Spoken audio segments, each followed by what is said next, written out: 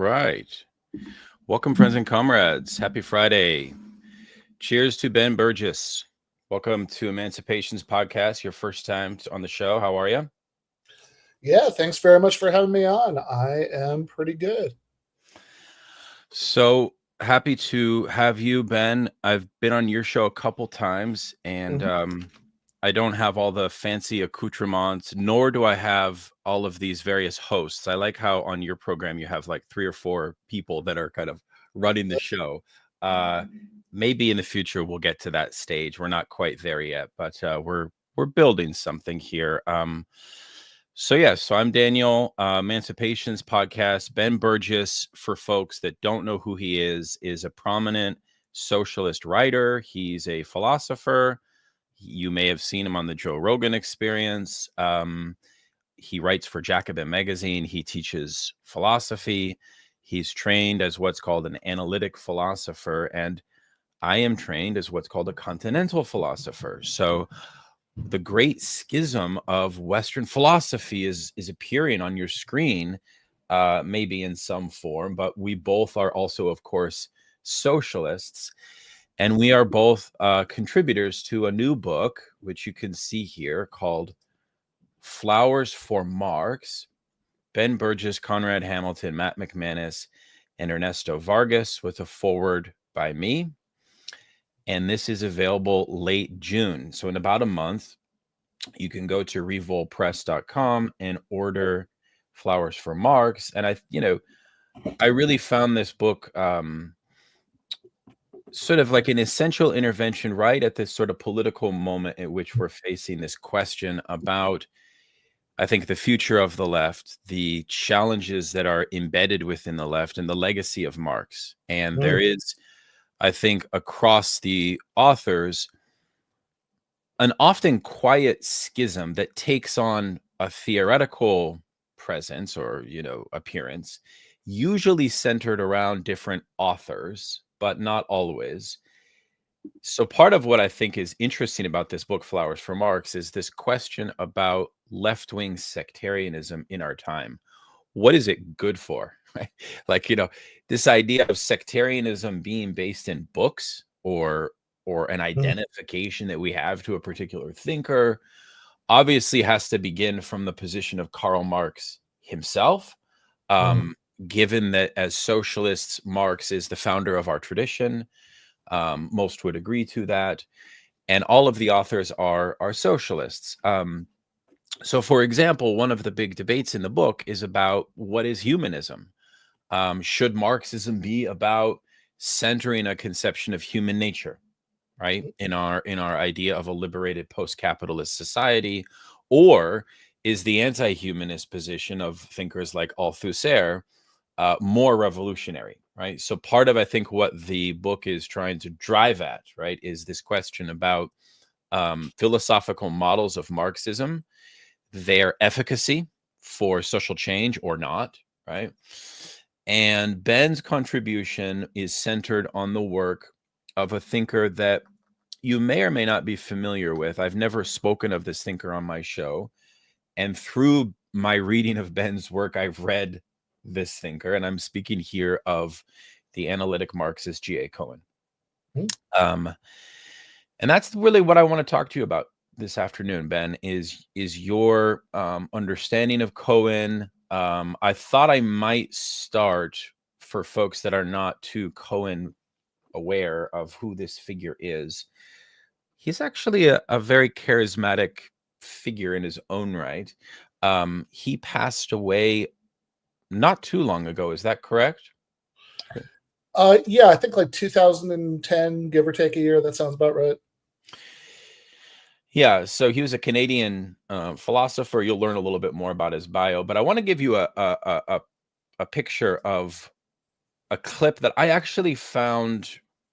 I found what his statement here is. Here he's talking about this idea of the really American ideology of like the self-made capitalist, and he's deconstructing this idea in, I think, a very interesting way.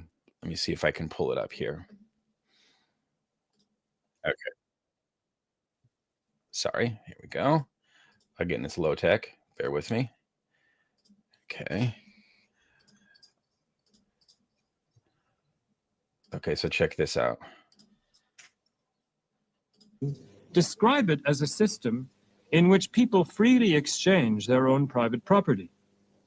Socialists deny the freedom and fairness of that exchange. They complain that some are able to bring vast assets to market, while most people have nothing to sell except their own capacity to work. That's the socialist complaint. But against that socialist complaint, lots of capitalists will say, hang on a minute, wait a second. It's true that I have vast assets now, but I started with practically nothing except my own talent and courage, and it was by using them that I made my pile. You can't talk about lack of fairness. I had no unfair advantage in the race for wealth. Well, the socialist might reply that it's pretty rare these days for a capitalist to begin with brains and grit alone, but I want to focus here on just such self-made capitalists, since their wealth does look pretty legitimate. Well, if you think about that wealth, what's it made of? In its immediate form, it's just bits of paper, records and ledgers, share certificates, and so on. But the reason why those things are valuable is that they entitle their possessor to material resources, to raw and transformed parts of nature, to iron ore that's been turned into steel, to factories and energy and power lines and tracts of land and minerals under the sea. The capitalist is happy to tell us how he got all that stuff. He says, look, I got it through my own hard work and enterprise. I didn't get it from my parents. I didn't get it by stealing or cheating. But we can ask a deeper question, a question which is much more difficult for him to answer, a question which is prompted by the realization that everything he owns, everything, either is or was made of something which once was nobody's private property. The deep question is, how did it come to be anybody's private property in the first place? You see, the capitalist says that he got his wealth through free market exchange. And that means that he's defending his title to it by invoking the title of those who transferred it to him. But I'm asking, what was the source of their right to it? The fact that they got it from still earlier owners? Well, that kind of justification can't go on forever. Eventually, we're going to be pushed back to the very first private owners of land and the raw materials of nature.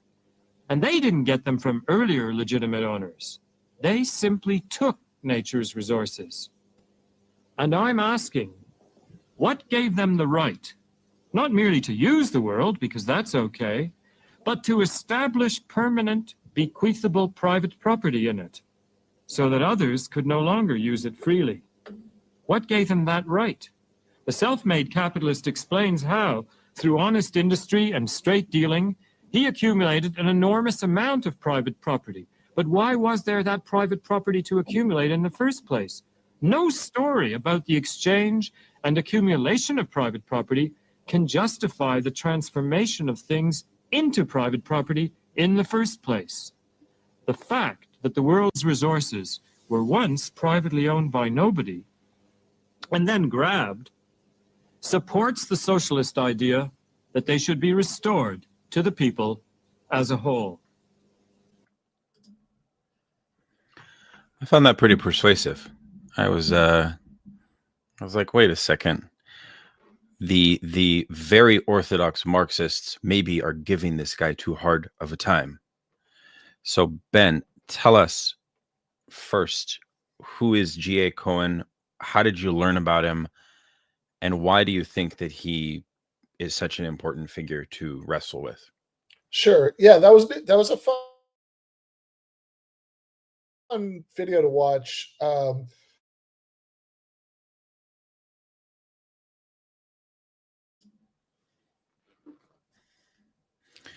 You are frozen, my friend. Let me try to remove you and then bring you right back.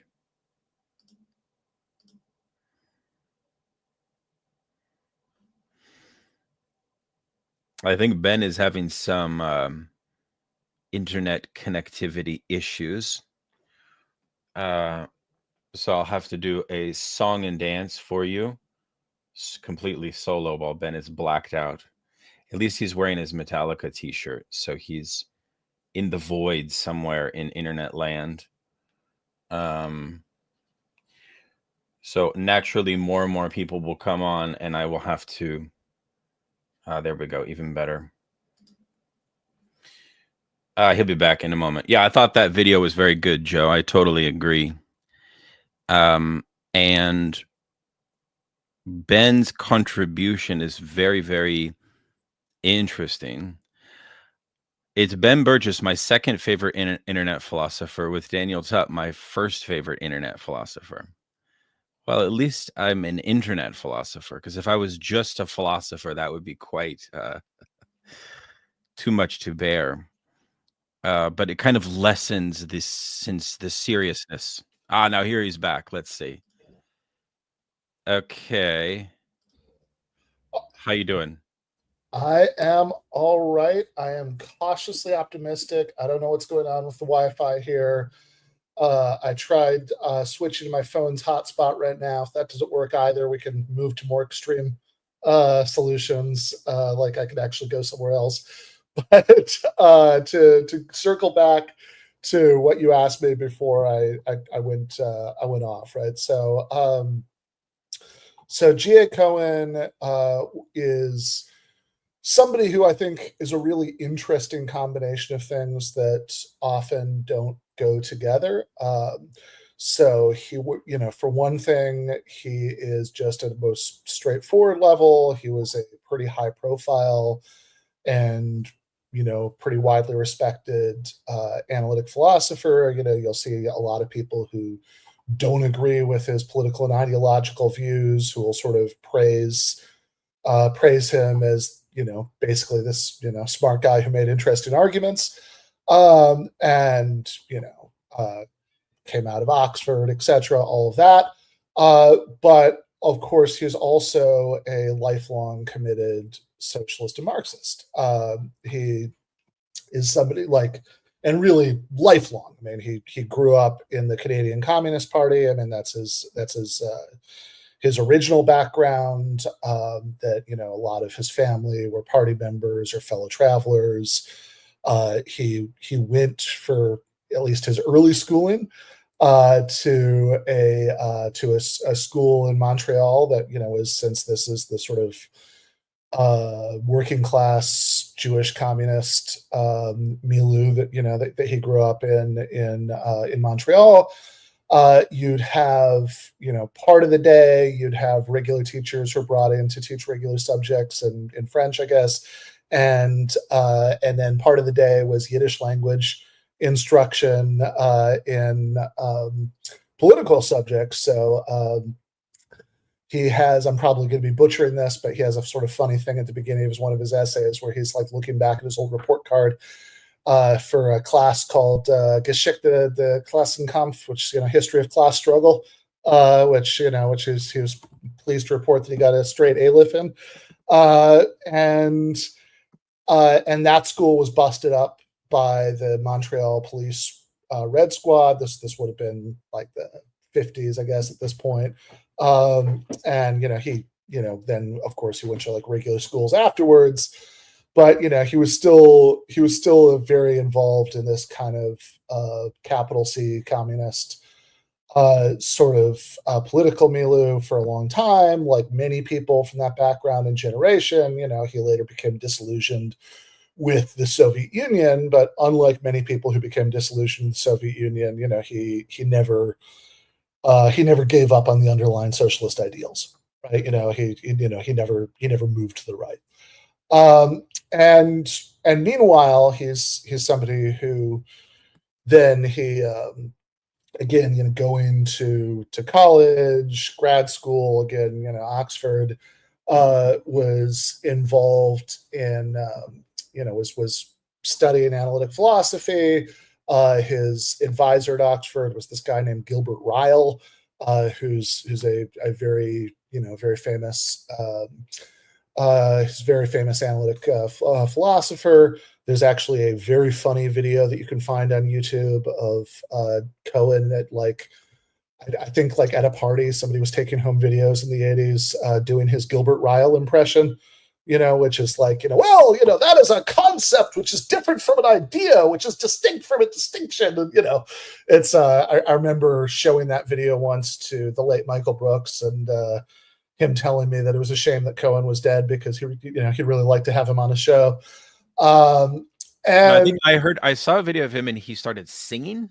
Does that sound right? Like, yeah, no, I think I've seen that video. I think he did that kind of stuff, right? He was very he did, yeah, like a peculiar, almost like comedic, but extremely, I don't know, sort of lighthearted, like a very fun person to be around, let's say. No, definitely. I mean, like this is like I said, this is the sort of odd combination of things, right? That he's somebody who spent much of his life in sort of elite British academic context, but, comes from this Canadian working class Jewish communist background. And like, and a lot of times, I think this is actually what I was starting to say before my internet cut me off earlier, like I really like the video clip that you showed. I mean, I think that definitely shows sort of Cohen at his best, sort of earnest, argumentative side. But when I see that guy on YouTube, I'm primed to expect shtick, right? Because he was also like shockingly funny for a philosopher, and was very often captured on video being funny, doing impressions. There are even like university lectures that are that you can find on YouTube now that'll just start out with like 5 or 10 minutes of him joking around about, people who are there, explaining the difference between Canadians and Americans. A Canadian is an American who says sorry. That's a common thing I always remember, which he immediately follows up by saying, "Oh, I shouldn't have said that. I'm sorry." And there's a lot of stuff like that, right? So this is part of that kind of odd combination of things that you get with Cohen, and it's definitely probably part of what's always appealed to the guy about me, right? So yeah. I obviously details are enormously different, but I'm somebody who my academic background, as you were sort of alluding to earlier, is in analytic philosophy. But I've also I grew up in the upper Midwest, in the Rust Belt, and that's definitely always informed a lot of how I see the world. I have like I don't know. I mean, I grew up hearing stories about members of my extended family who were very involved in the UAW, etc. And I guess in my case in particular, you'd asked me earlier how I'd heard about him, and it's a little bit hard to pinpoint exactly, but like I can definitely tell you what kind of the significance of hearing about him was for me, because certainly in my own life, my interest in socialism and Marxism and my interest in academic philosophy for a lot of my adult life were on completely separate tracks in my head. I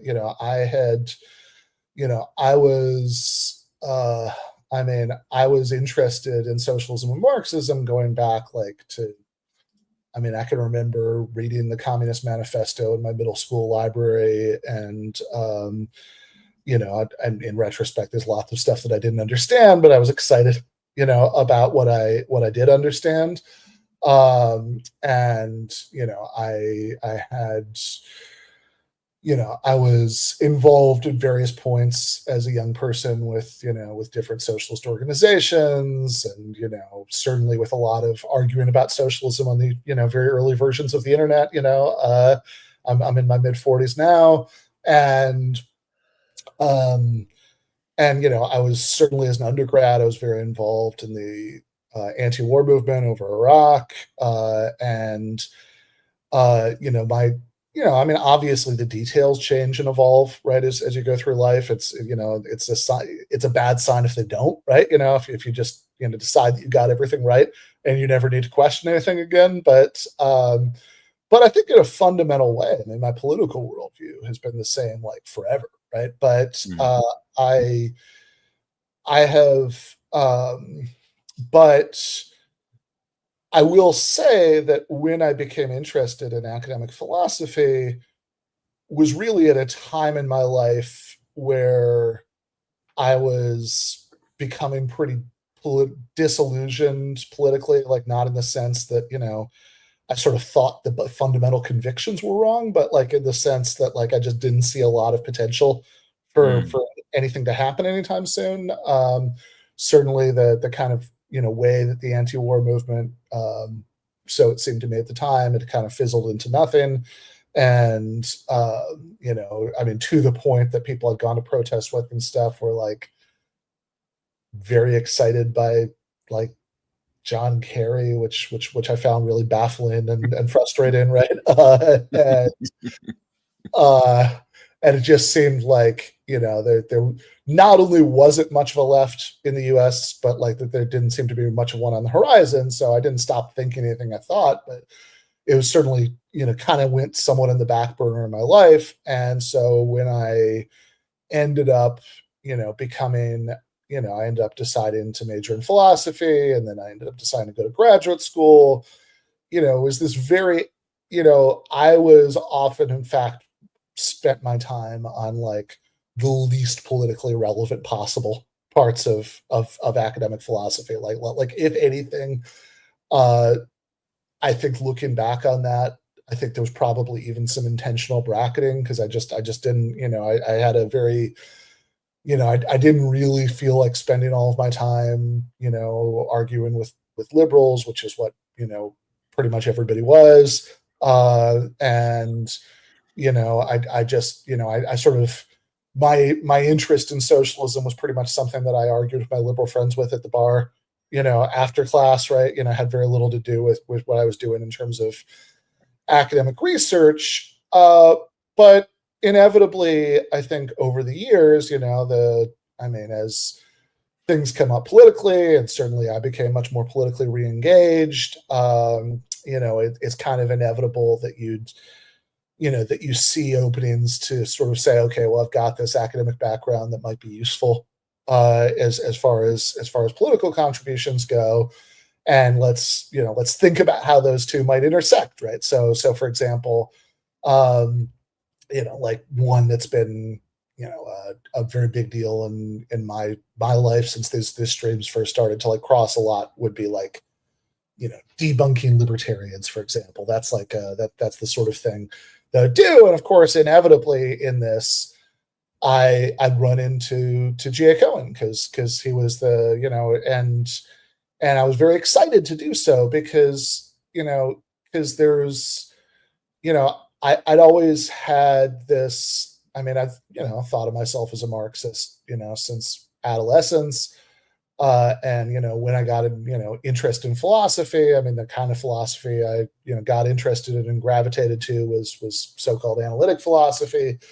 But, you know, I really, before reading Cohen, I really didn't have any models of how those two things could be combined with each other. And so, you know, I'm sure I kind of ran across references to him here and there, you know, long before I really started to look much into him. But like, when I really started to read his stuff, I got very excited because here's somebody who's a very compelling writer, who's doing very like rigorous high level analytic philosophy, but who's doing it from a Marxist perspective, and who has a lot of things to say about socialism and Marxism that, you know, that I found very compelling and still do. I mean, I've got my criticisms. I'm sure we'll get to those right over the course of this discussion, but, you know, I have, but, you know, but it seemed to me, I guess, when I really started to find out more about this guy, that he was,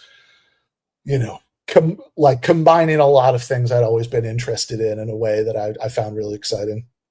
Cool. That thank you for that. That makes a good deal of sense to me. And of course, analytic philosophy is notoriously has a reputation for its main proponents. Yeah, I mean, there's a kind of stereotype, right? That they tend to be milquetoast liberals primarily, or apolitical. I mean, I'm going to have the social history of analytic philosophy by Scheringa. Christoph. Yes, which Yeah. you recently had Matt McManus review on your Substack.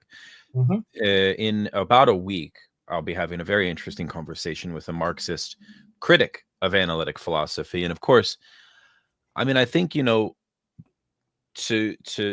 pick up on what I said at the opening, Yeah. part of what I find interesting about the state of the left right now is the way that as I age, as I also have been on the left for a while, the way that theoretical models or frameworks or tendencies or sects on the left have a tendency for almost what I would consider to be almost like an exaggerated or even a hyperbolic portrayal of the differences between these tendencies. Now, when it comes to analytic philosophy, the stakes do get a little bit higher. And part of what I want to get out of this conversation with you, Ben, is a clarification about the extent to which analytic Marxism, we're going to introduce that now, is or is not constituting some type of grave threat to the integrity of Marxism, right? Yeah. That's a valid worry. I myself, in reviewing the literature, in reading Cohen's book on the idea of history, in reading your work, first off, it's important to read. Sure, yeah. Because I do think that, people can roll with that stereotype and sort of close the case. And probably that's what happens the majority of the time, is people just don't read Cohen. I will say this: when you do read Cohen's book on history, which is the one that I worked with, one thing you do find is a rigor and an engagement with the sources of Marx. So what you will expect, and what you should expect when you engage Cohen, is a figure, okay, who is working with Marx in a sincere and rigorous way, without question. Yeah. Okay, so that's maybe for those of us in a with a commitment to Hegelian Marxism, to Leninism, to Maoist orientations, to, let's say, revolutionary socialism. Yeah. That's another thing we should recognize, is that this figure that we're going to talk about has a degree of respectability, at least from the standpoint of his scholarship. Now, that's a little proviso. I want to ask you now, for our listeners, to tell us, what the hell is analytic Marxism? Sure. If you don't mind, just give a big picture. Yeah. So, analytical Marxism is a phrase that was, first used, I think, by participants in this group of academics. It's called the September Group, which included Cohen, of course. It included Eric Olin Wright, who has been discussed a bit on this channel, right? I've seen people bring him up here, who's like maybe the second most important, like, kind of classical analytical Marxist, and then a bunch of other people, John Romer, etc. Right? But the sort of basic, and these are people who, I think this is a really crucial and often underappreciated point, didn't actually agree with each other about right. very much. You mentioned that, yeah. But like, in other words, I think oftentimes when people see, oh, here's this school of fill-in adjective Marxism, what they, and I don't think this is unreasonable. I think it's actually a natural interpretation of this. They'll say, oh, so this must be like a sort of set of claims about Marxism. Like this must be like an interpretation of Marxist concepts that these guys in this school are offering or agree with or whatever. And in this case, that's really not true, right? It's really not that like, oh, these are all guys who had a certain way of thinking about, exploitation or historical materialism or value theory or whatever, and they like agreed on that stuff, right? And that's like what makes this like a school of thought. Rather, what we're really talking about is like a discussion group among people who, were friends, but were often like very harshly critical of one another's work. I remember a friend of mine described this as like, they'd sort of get together in hotel rooms once a year to talk about and shred each other's papers. And what they really had in common wasn't a set of conclusions, but a sort of general methodological approach or even kind of spirit, right? Which is that, let's do Marxism, like let's do Marxist theory, right? Like in other words, let's sort of investigate these theoretical topics from a perspective that's broadly sympathetic to sort of traditional socialist and Marxist theses in this way that doesn't assume that there is this special Marxist methodology that's different from how you would go about trying to figure out anything else, right? So I always think of in the introduction to the 2000 edition of the book that you mentioned, Karl Marx's Theory of History, Cohen has this nice anecdote about writing a paper on sort of the young Marx, like the economic and philosophical manuscripts of 1844 Marx. So he wrote this paper in the 60s. And in this, he has a line about Marx's view that a rich capitalist mistress does not love him because of his money, but what she loves is the money himself. And he's using this to make some sort of point about power and money. And there's this American philosopher, Isaac Levy, who kind of starts grilling him about what this claim amounts to. Said he wanted to know exactly what was meant and or so how somebody was supposed to go about telling whether or not it was true. What the difference is between loving someone just because they're money and loving the money itself. And he says at the time he considered this interrogation to be hostile and unhelpful, although now looking back on it, he thinks that it was sort of like exactly merited, right? That like these were the right questions to ask. And on his way out of the room, Levy told Cohen something that he said stuck with him. He didn't mind thinking about things in a different way as long as he understood what ground rules were being assumed. And so Cohen writes, that remark hit me hard and sunk in deep. In the aftermath of Levy's admonition, I stopped writing at least partly in the fashion of a poet who puts down what sounds good to him and who needn't defend his lines. Either they resonate with the reader or they don't.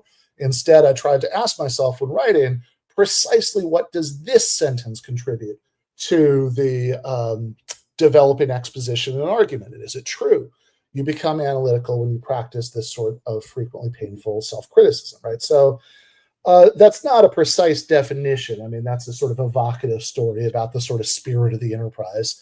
But I think that, and in fact, elsewhere in the introduction, Cohen says some stuff that you'll often see quoted in critiques of analytical Marxism, although I think a lot of the critics aren't reading very carefully honestly, when they do this.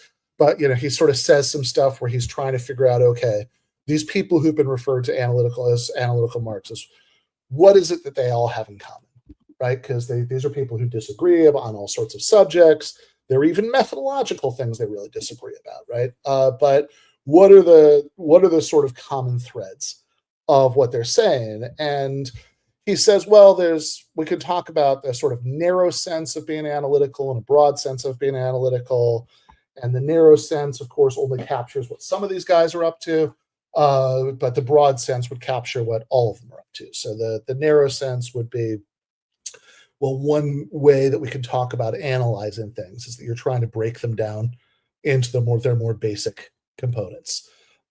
So The most extreme sort of application of that to thinking about social science is what's called methodological individualism, which says that your explanation of, for example, class forces ultimately has to cash out in an explanation of like the particular motivations of particular individuals who are going to have to act in certain ways in order for your class analysis to make sense. Cohen, by the way, doesn't actually subscribe to that. If you read the rest of the book, he sort of says, he kind of has this argument that we don't need to, like that's maybe more demanding than what we need to do. And he has analogies to other sciences and stuff to sort of say, no, we don't necessarily always need to be able to cash it out on that level. But the broad sense of being analytic is just that he says you don't think that Marxism has its own distinctive method, that rather, rather you sort of try to go about this stuff just using the kind of standard methods of investigation, that you get in, for example, analytic philosophy or sort of mainstream social sciences, etc., right? And this is often taken as, oh, look, Cohen or, these other analytical Marxist people, AM people don't like, dialectics. And I think there's a way in which that's true, but there's a way in which it's really not true, right? So I think that the way in which it's true is that they're all very skeptical of the idea that there's this thing called the dialectical method that adds up to an alternative way of trying to figure out what the truth is that would be different from just kind of examining the logical connections between premises and conclusions, examining the empirical evidence for premises and so on and so forth, all the boring stuff that, that you do, again, any other sort of philosophers or social scientists would do. I think that's true, right? They are all skeptical of that. And by the way, I mean, I think there are some interesting things to be said here about other people who we wouldn't think of as analytical Marxists who share some of that skepticism. Like I think of Michael Heinrich, for example, says something that's kind of funny in one of his books about Capital, about how a lot of people might in this place put in a section on dialectics, but I'm not going to, because I don't really think you need it to, you need that section to understand what's going on here. And anyway, if you really look at what people say in those sections, it always just amounts to some version of, this might not be an exact quote from Heinrich, but it's like very close to what he says. He says it's like all they ever really seem to say is everything is connected to everything. It's all terribly complicated. And, that's not actually that clarifying, right? But I would say that the sense in which it's really not true, right, that that anybody who's in the AM tradition, right, the analytical Marxist tradition, is just rejecting dialectics, is that it's really not the case. Even if you read that introduction to Karl Marx's theory of history carefully, he really doesn't say, oh, kind of all claims formulated using dialectical language are just bullshit. We should just, we should just disregard all of this stuff. He really doesn't say that, right? What he says is, well, what Cohen says in that introduction is, we don't deny that, this terminology has been used sensibly. What we do deny is that it's been used sensibly to denote a sort of alternative method of investigating or making arguments or anything like that. And if you read just, I know it's been a very long answer, but just to bring up one other thing that I think is worth looking at here for anybody who's curious about following this up, there's a really interesting book by Eric Olin Wright, Andrew Levine, and Elliot Sober called Reconstructing Marxism, which came out in the early 90s. And they've, in the introduction to that, they've got a couple paragraphs about dialectics. And I think that what they say there pretty much aligns with where I'm at about this, which is that they say, they kind of echo some of that same Cohenian skepticism about whether there's a alternative method of finding out the truth, that, it's oh, we're going to sort of reject other ways of thinking about evidence and arguments as bourgeois science or whatever, and we're going to do this other thing instead. definitely reject that, but they do say, look, that doesn't mean that the sort of use of this dialectical idiom doesn't often point people towards like real things and important insights. And it's just they think that you need to be able to sort of cash out exactly what you mean when you use that terminology. So, for example, take the concept of a contradiction, not in the logical sense, but in the dialectical sense. And they kind of go through, look, here are a few different things you might mean by contradiction. In fact, like Marx, for example, often seems to, in various contexts, Marx often seems to have one of these meanings in mind that would be like, so one of them might be, for example, a system having multiple conditions for reproducing itself over time that can't all be met, or can only be met at the expense of each other, right? And they give a few definitions, like which I think very often what Marx means when he talks about like contradictions of capitalism and things like that. And they say, look, these can be sort of useful concepts, right? I mean, these are things we can, these are things that I think that we can get something out of. It's just that to ultimately explain what you mean, to be rigorous about this, you need to be able to cash this out in the language of sort of ordinary language of causes and effects and mechanisms, right? So I'd really strongly recommend, I mean, besides the book you mentioned, Karl Marx's Theory of History by Cohen, probably the other analytical Marxist book I'd most turn curious people into for a deep dive into that Reconstructing Marxism. And I should also mention one of my favorite continental Marxists, Vanessa Wills, wrote Marx's Ethical Vision. When she was on my show, we ended up having this like very long, unplanned back and forth about dialectical method that people could also check out if they're curious about that part. Mm-hmm. Fabulous, Ben. Thanks. One of Cohen's sticking points that people often criticize him from the standpoint of what you call very orthodox Marxism. Yeah. Or let's just say the Marxist tradition more generally.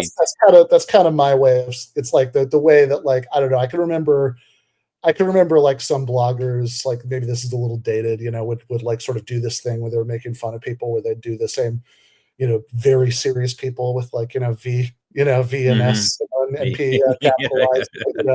It's kind of in that spirit, right? In the essay, when I'm like, okay, here are some things that people who are sort of see themselves as super Marxist and like dislike Cohen on those grounds. Here are some things they always, they often criticize him for. Right. So let's dig into the sort of stakes of the argument, because in 1859, Marx wrote that it's not the consciousness of men that determines their being, but on the contrary, it is their social being that determines their consciousness. And here we have a sentence which contains a dialectical impulse, right? For any Marxist practice, it's implied. And so one argument that people have waged against Cohen, and I can see this when I read his book on history, is that Cohen puts forward a kind of dichotomy in his understanding of the productive forces versus social relations that does not consistently, and this is sort of a debate about the evolution of his thought, remain committed to something like the determination of one and the other. And this is famously expressed, and I want your take on this, because maybe you could help clarify what may be a misinterpretation of Cohen. This is usually expressed by the claim that Cohen fetishizes technological advancements, as the kind of rationale for a theory of the revolutionizing of society, on the one hand. On the other hand, because he has eschewed dialectics, there's also a worry that what is really happening here is a sort of movement away from an understanding of how we might clearly develop socialism amongst the class. And that's actually a real question, in the sense that what is at the background, as I understand it, of this idea that Marxism should not be a method. What does that mean? What it means is that the errors of former socialisms is bound up with the fact that former socialisms, and here I think Stalinism is probably the culprit in his eyes, is found in the way that they tried to develop socialism as an ethos or as a culture, as opposed to Cohen's preferred method, not method, sorry, his preferred approach, okay, which would be to not develop a kind of culture of the working class or a worldview of Welt. Very opposed to this idea that socialism should be about the construction of a Weltanschauung. He would be, I think, deeply opposed to that. What I wonder about, and what I find absent, let's say, in analytical Marxism, is this presupposition that's embedded within it, that because the logic of history, this is another point and another claim that he makes, is based in a theory, A, of human nature, and B, of biological need as the motor of history, what we end up having is a sense in which the question becomes, well, actually, how is working class organization or socialist organization to actually occur? Like, it almost becomes almost like a pedagogical or an ideological blind spot in analytical Marxism, whereby how are we actually grounding a vision of socialism that will actually compel people to follow it? That's what I find somewhat missing. And I say that because one of the big strengths of Hegelian Marxism and of situating Marxism as a philosophical enterprise, in part, not exclusively, is that Marxism does, just like Engels articulates, say, in a text like Anti-Düring, Marxism does have to be about the construction of a more comprehensive analysis of man's existential place in the world, of answering cosmological questions. In other words, Marxism invites us to something far more ambitious, right? And that it's not necessarily about building a working class culture or something like that, but Marxism does demand a confrontation with a much more robust development of a theory that would go far beyond what I think Cohen is willing to grant Marxism. So the place of Marxism, when you eschew dialectics, and when you have, because when I read Cohen, I have the sense that it's very minimalist in a certain way. When you get rid of this idea that socialism should not be about an ethos. So I've said a lot, but maybe we could start with that. How do you understand this idea that socialism should not be about an ethos? And this kind of goes back to the methodological point. And one final thing I'll say. It's very interesting to compare a Marxist figure like Lukács, who you know is a very dear thinker to my own work, because one of the points in History and Class Consciousness that he says, I don't know if you knew this, is that Marxism is nothing but its method. Its method is all that it has available to it. So it's very interesting to me that analytical Marxism starts on the premise that that's like the worst part of Marxism. I don't know that it says that. I don't think it is. I don't think that is the premise. I would see it differently. So I don't think that analytical Marxism starts from the premise that it's the worst part of Marxism. I think that it just starts from the premise that there really isn't such a thing as a distinctive Marxist method. That, in other words, I think that the starting point of analytical Marxism is that what Marxism is it's a set of claims, right? It's a set of conclusions, right? So so depending on the level of analysis that you're interested in, historical materialist claims, like, you quoted at the beginning of the question, the lines from the 1859 preface about, social being and social consciousness. And so, you have in classical historical materialism, a la the 1859 preface, you have this kind of three-level view about the forces of production, and kind of downstream of the development of the forces of production, the relations of production, right? Do you have lords and serfs? Do you have capitalists and workers? Do you have associated producers and base and superstructure? Right. So that's the relations of production are the base, right? I mean, that's what Marx calls in the preface. Right. That's the real foundation on the basis of which arise the legal and political superstructure.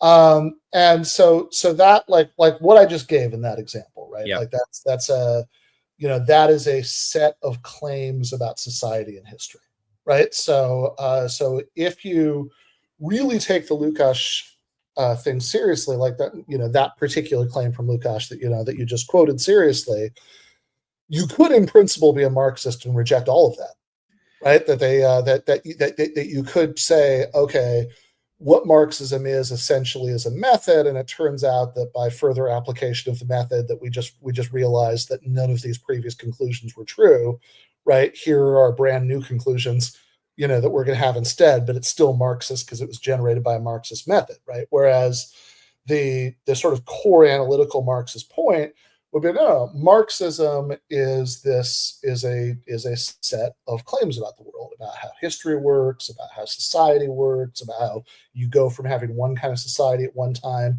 to another kind of society at another time, claims that could, of course, be highly relevant to figuring out how to, get beyond, capitalism and advance to socialism. But these claims have to be examined and tested the way that any claims would be in any field that we see. Okay, well, are there factual premises? If so, are they supported by good evidence? Do those premises give us good logical reasons to believe the conclusion? Are there ways that you could make sense of the premises without the conclusions, the better ways, right? And so certainly, and this is just me speaking for myself. I'm not necessarily claiming that, although I suspect that Cohen, for example, would agree with this, right? I would say that, like when I read Capital, for example, right? I mean, I've spent a lot of the last few years teaching Capital classes. You were a guest lecturer in one of those. It doesn't seem to me that for the most part, I mean, I know there are people who sort of say, okay, if you read like, the science of logic or the phenomenology of spirit just before you read Capital, you'll notice all these like really interesting structural analogies between them. And I get that, right? But like, it seems to me that if like whenever Marx actually makes a claim in Capital, he is actually making just pretty straightforward arguments that of structurally of the kind that anybody would make to support those claims, right? He'll say like, okay, well, what's the, I mean, going back to like chapter 1, right? Like if there are these exchange ratios and there has to be something underlying it, but it can't be this, it can't be that, because those don't make sense.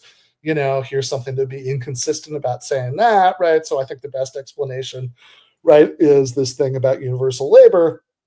And those on the face of them just seem to be regular arguments of the kind that anybody would make, right? That that it's not that there's this sort of special Marxist way of discovering the truth that Marx is using.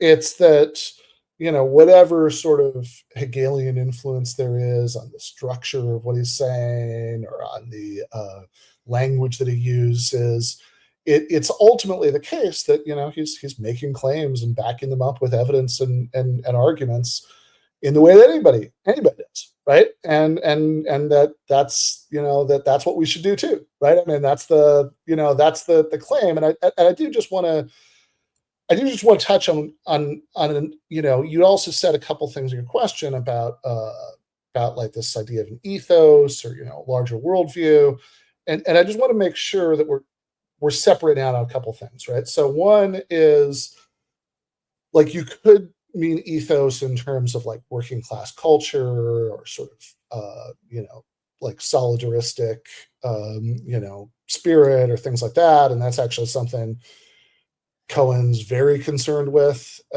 sees as extremely important. And I mean, I think he kind of in some of his late work, he sort of takes that in a direction that I disagree with. Well, I'm sure we'll get to Is that right?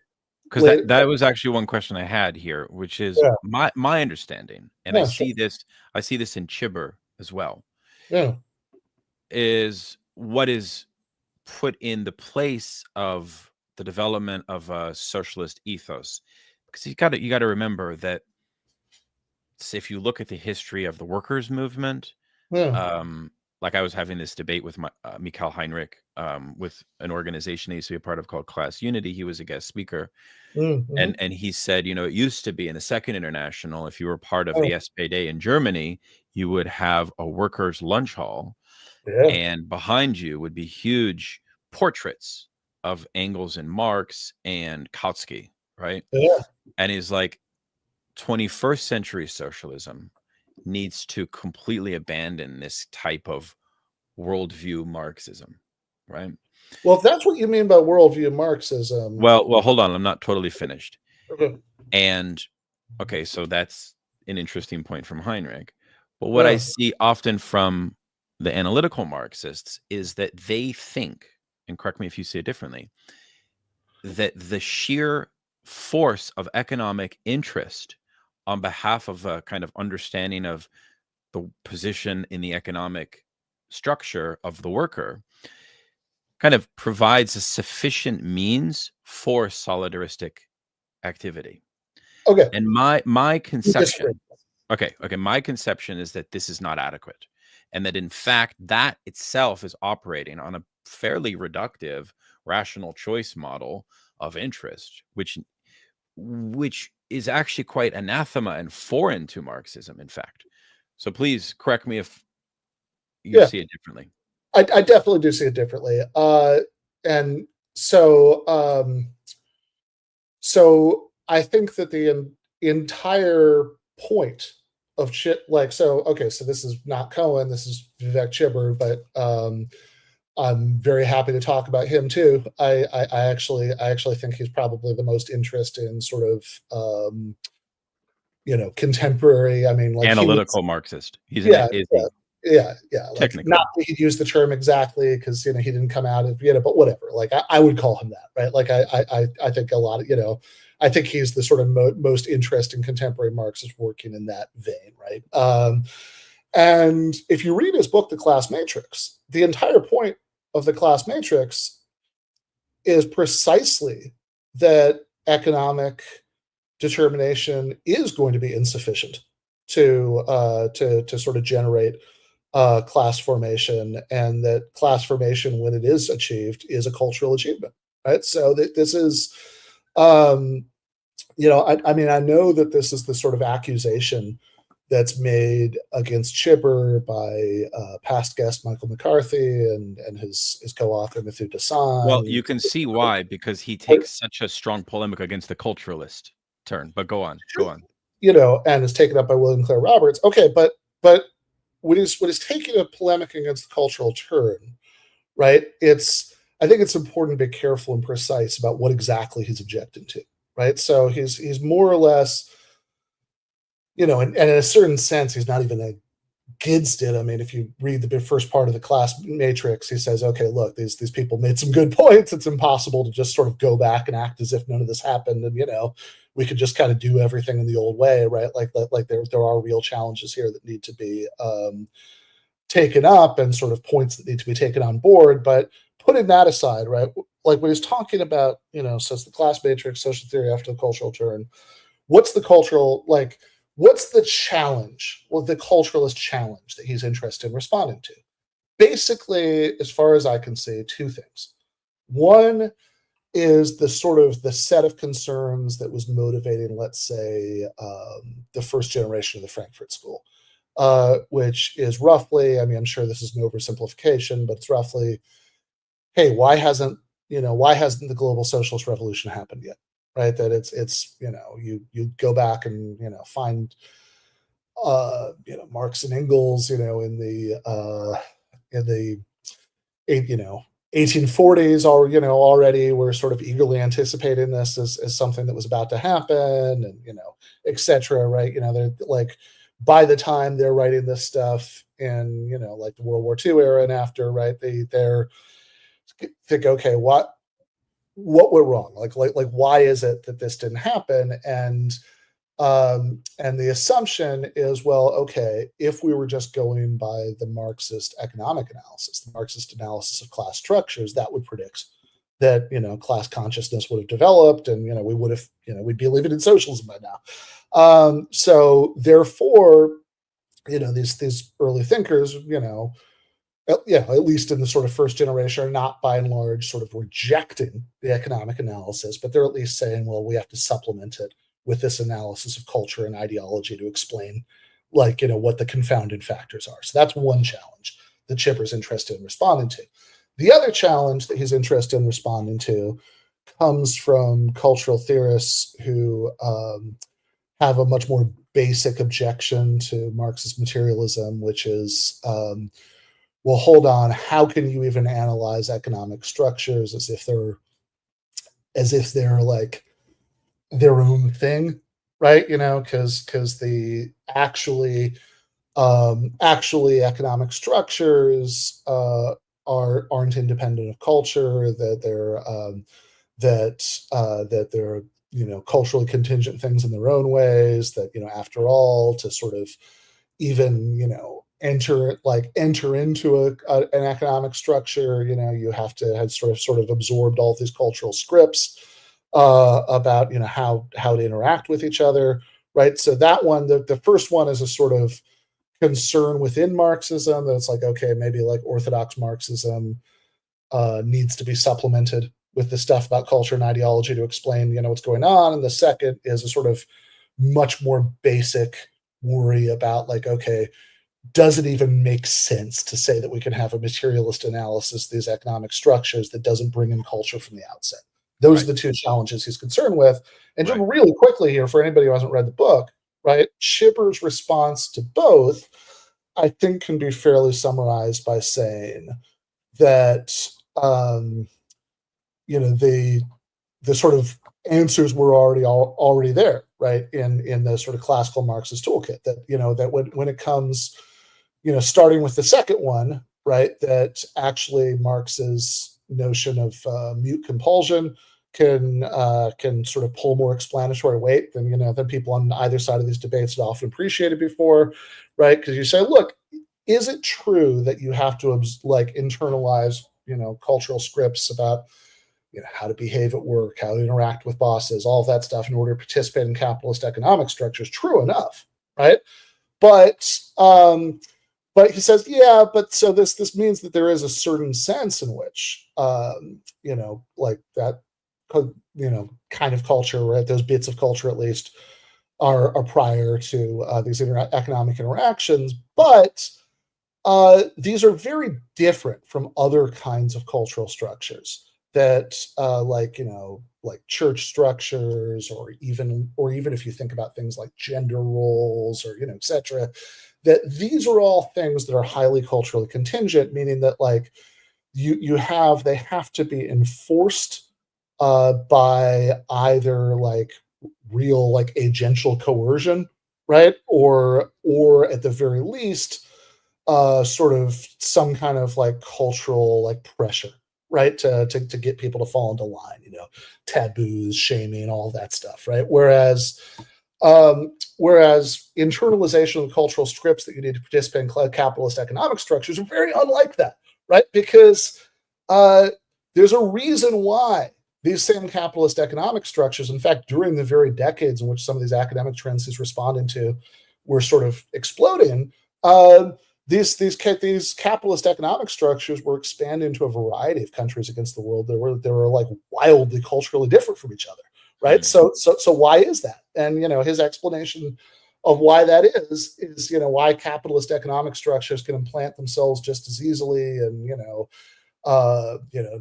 devout Muslim societies and very secular ones, and et cetera, et cetera, et cetera, is If your livelihood depends on internalizing the cultural script, you're going to internalize it, right? I mean, that's like in a certain sense, right? That like the bits and pieces of culture you have that you have to absorb in order to participate in a capitalist economic structure, it's sort of self-generating, because you're just not going to, like, if you're not going to eat if you don't internalize the cultural scripts, you're going to internalize them. And then I think on the more basic challenge, the sort of thing that's driving the first generation of the Frankfurt School, his argument is, well, look, he actually doesn't think, he sort of flips around what they say, right? Because they say that you have to, that if you're just looking at the Marxist economic analysis, it's this great mystery why socialist revolution hasn't happened yet. And so to explain that mystery, you have to bring in all this stuff about culture and ideology. And he actually flips it around. He says, no. Just based on cultural, on Marxist economic analysis, once we, if we look at the sort of Marxist analysis of the class structure, now if we're thinking in terms of, okay, what are the incentives of workers, right, as a collectivity, then it can start to sound like like working class non-resistance can start sounding like a mystery. But if we zoom in and look at the individual incentives of individual workers, then it starts being the least mysterious thing in the world, because of mute compulsion again, because you have, because of course, individual workers, it's not, you don't have to be ideologically brainwashed to be non-resistant, to be reluctant to become involved in a union organizing drive, for example, never mind to be reluctant to join the Red Guards and march on the Winter Palace and and bring about a socialist revolution, because of collective action problems. Because from the perspective of an individual worker, it's like, yeah, successful working class resistance, sure, that'll benefit you, but unsuccessful working class resistance will be a disaster for you. And so if the question is, are you personally going to be involved in class struggle? That's a very risky proposition. I mean, this is, people have are not necessarily being irrational or ideologically brainwashed when they're reluctant to do these things, that that if you get involved in the union organizing drive, you might lose your job. If you guys go on strike and it's not successful, the capitalists might close down the plant. If you seize all power for the Soviets of workers' deputies, then other capitalist countries might cut you off, and you'll starve, right? I mean, like these are extremely rational worries. And so the very class structure itself, the economic structure, once we zoom into the level of individual incentives, Chibber thinks, look, it's going to predict non-resistance. It's going to predict that most workers, no matter how little they like what they're being, what's being done to them, are going to resign themselves to it and sort of pursue individual level strategies, keep their heads down, try to, get ahead personally, or at least help their kids get ahead, etc. And so this is why I say flips the script, because it's, instead of saying, okay, the economic analysis predicts resistance, we need to bring in culture and ideology to explain non-resistance. He says, no, the economic analysis predicts non-resistance. And so the question to be explained is, how does working class resistance ever happen, right? That is actually the thing that starts to look a little bit mysterious.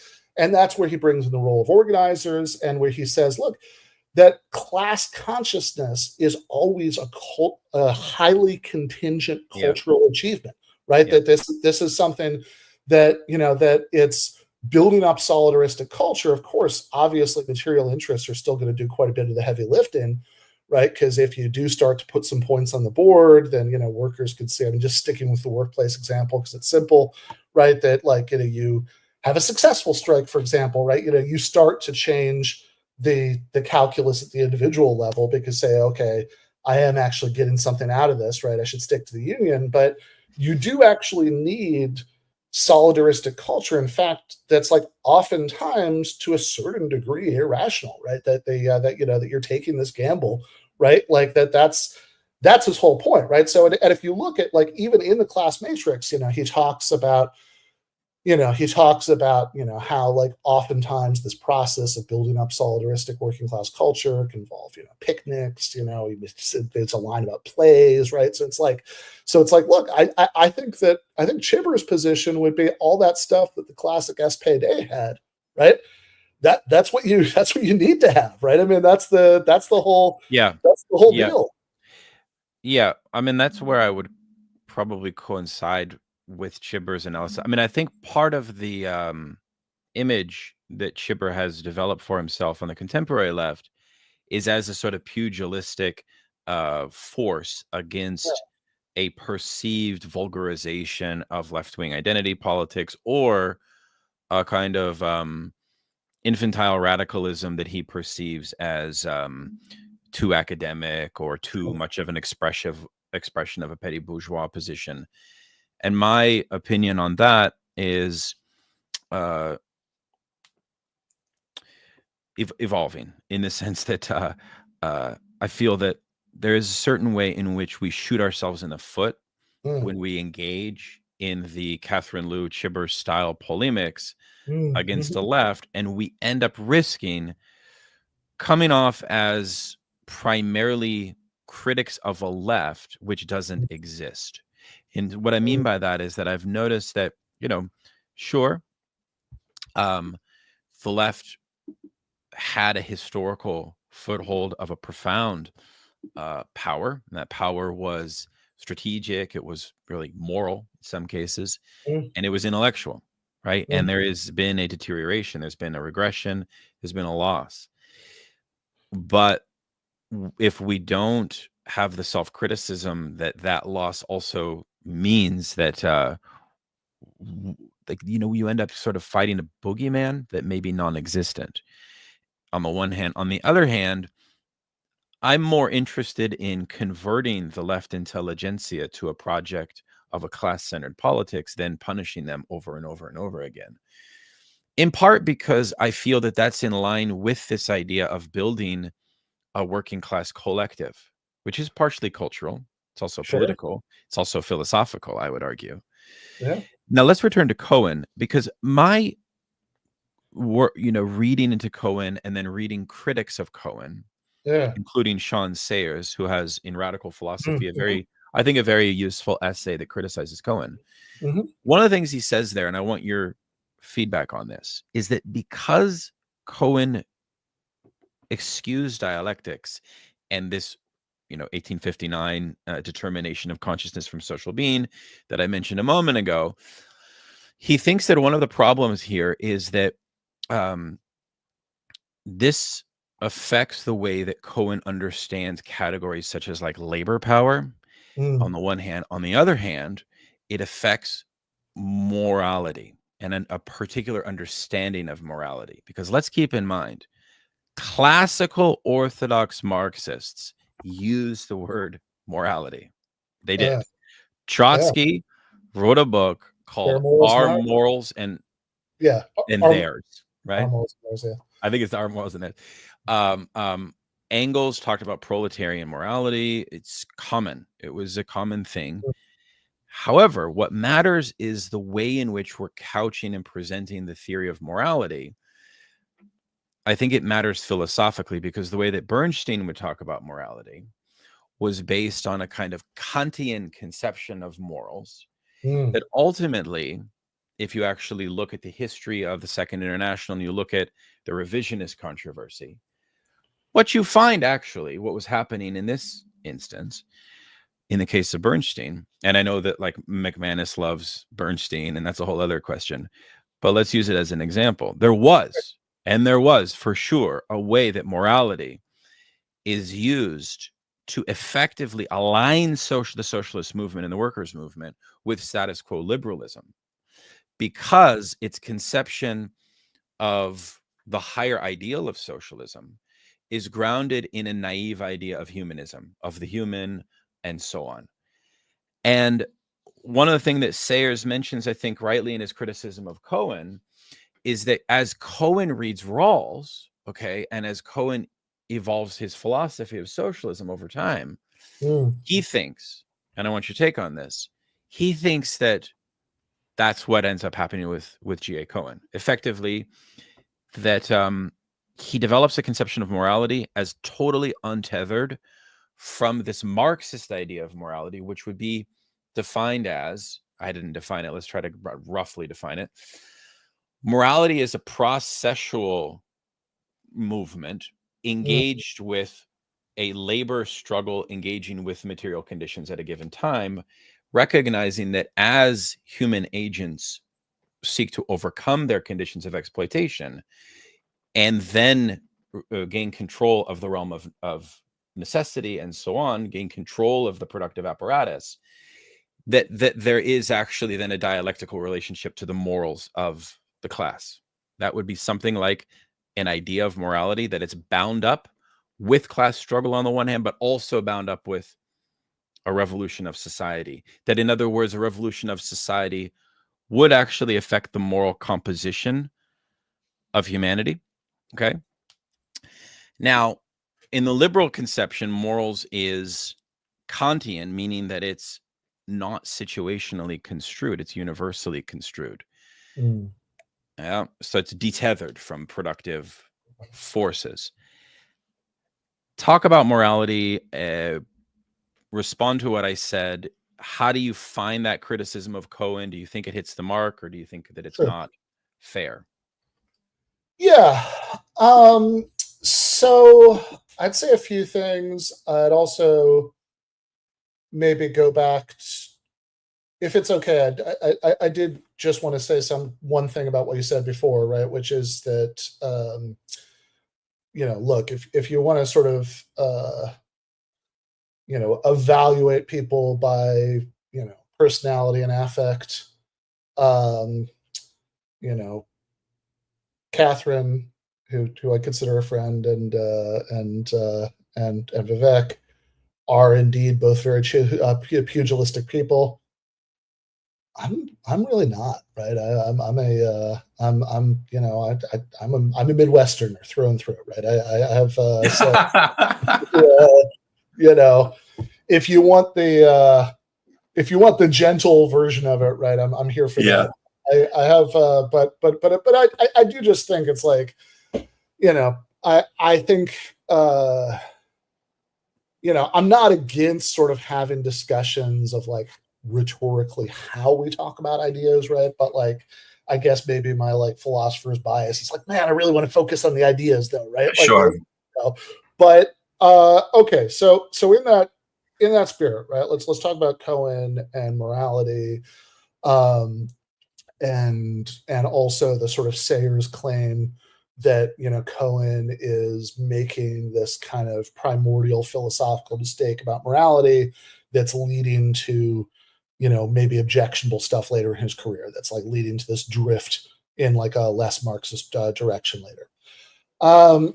So one thing I would just point out, right, is that what you just gave was like a set of claims about sort of how morality is related to history or historical processes, which may or might not be right, but that's not exactly the same as like a claim about like the content of morality, right?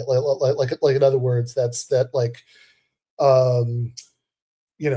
actual claims about what's right and wrong or just or unjust or any of that, right, would be slightly different, right? I just want to make sure we're tracking that distinction, right? That a claim about, for example, and I think this is what you were really touching on there with your last point about Kant and liberalism, whether morality is like historically relative, maybe, right? Is that that like what is just or unjust depends, right, on is relative to time, place, I don't know, mode of production, maybe, right? Or whether there's some sort of universal standard. And funnily enough, Matt McManus, who you mentioned in the wind up to this, is somebody who I love Matt, right? Canadians and Midwesterners always understand each other, but I literally was just staying with him a couple of days ago. But this is something we've actually often disagreed about Cohen, because in a weird way, he's sort of in his own way on your side here, because one of the things that Cohen criticizes Rawls about, and Matt loves Rawls, right? One of the things that Cohen criticizes Rawls about is that Rawls has this view that like what actually counts as justice is relative, like is constrained by this, these contextual things about what's going on in society at a given time. And the reason that Rawls says that has to do with something called the difference principle, which for anybody who's watching who doesn't necessarily know a bunch about late 20th century analytic political philosophy, right? The difference principle says, like Rawls says, a just society is one whose institutions would be signed off on by people who were behind the veil of ignorance. They knew they had to live under these arrangements, but they didn't know what their position was going to be. And so, of course, in a lot of ways, that gives you very straightforwardly egalitarian outcomes, right?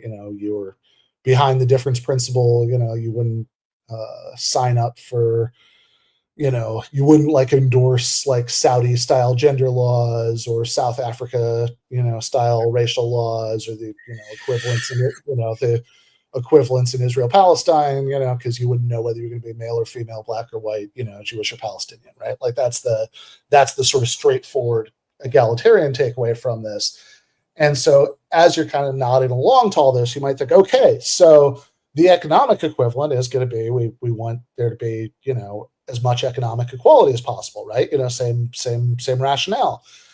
But then Rawls makes this move where he says, not necessarily, right? Because, or at least not entirely, because Rawls says that, so what Rawls's difference principle says is that some economic inequalities might be okay if they pass a couple of tests. And one of the tests that they have to pass is that they have to work out to the benefit of the worst off. So, in other words, if society A is less equal than society B, in order to choose society A behind the veil of ignorance, it would have to be the case that, the short end of the stick in society A is still longer than any of the society B sticks, right? That's the idea of the difference principle. And Cohen objects to this, not because he says, like, Cohen's objection to this is not necessarily that he denies that there could be trade-offs between strict equality and, economic efficiency, say, right? Which is actually, in a certain sense, Marx in the Critique of the Gotha program is like endorsing such a trade-off, right? Like Marx says that in the lower stage of a communist society, as it comes out of capitalism, we're going to have to continue to tie compensation, in Marx's conception, it's like non-monetary, but we're going to have to tie consumption, right, to labor contributions. And Marx has this interesting couple of paragraphs there where he kind of acknowledges that there's something that's he doesn't use the word unjust, but I think it would be kind of fair to gloss to what he's saying is that, right, that there's something that's a bit objectionable about doing so, that, says, because after all, we're either, anytime you're tying consumption to work contributions, you're either rewarding intensity or duration, right, or skill, and in all cases, these are things that people don't necessarily choose. Some people, through no fault of their own, aren't able to work as hard or as long. And anyway, some people have needs that other people don't have, right? One worker might have a family, another doesn't, etc.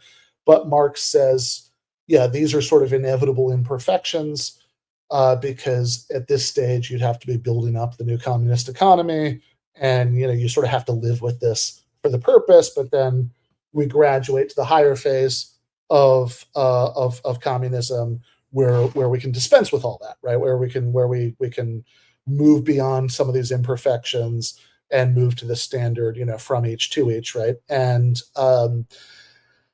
so, and similarly, Cohen, if you read his last book, it was actually published.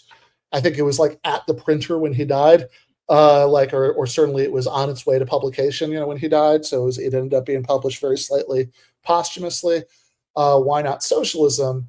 In there, he sort of says, look, given, like logistical problems, whatever, the sort of like super egalitarian, totally marketless socialism that I want, right? That like he's defending in that book as his highest ideal.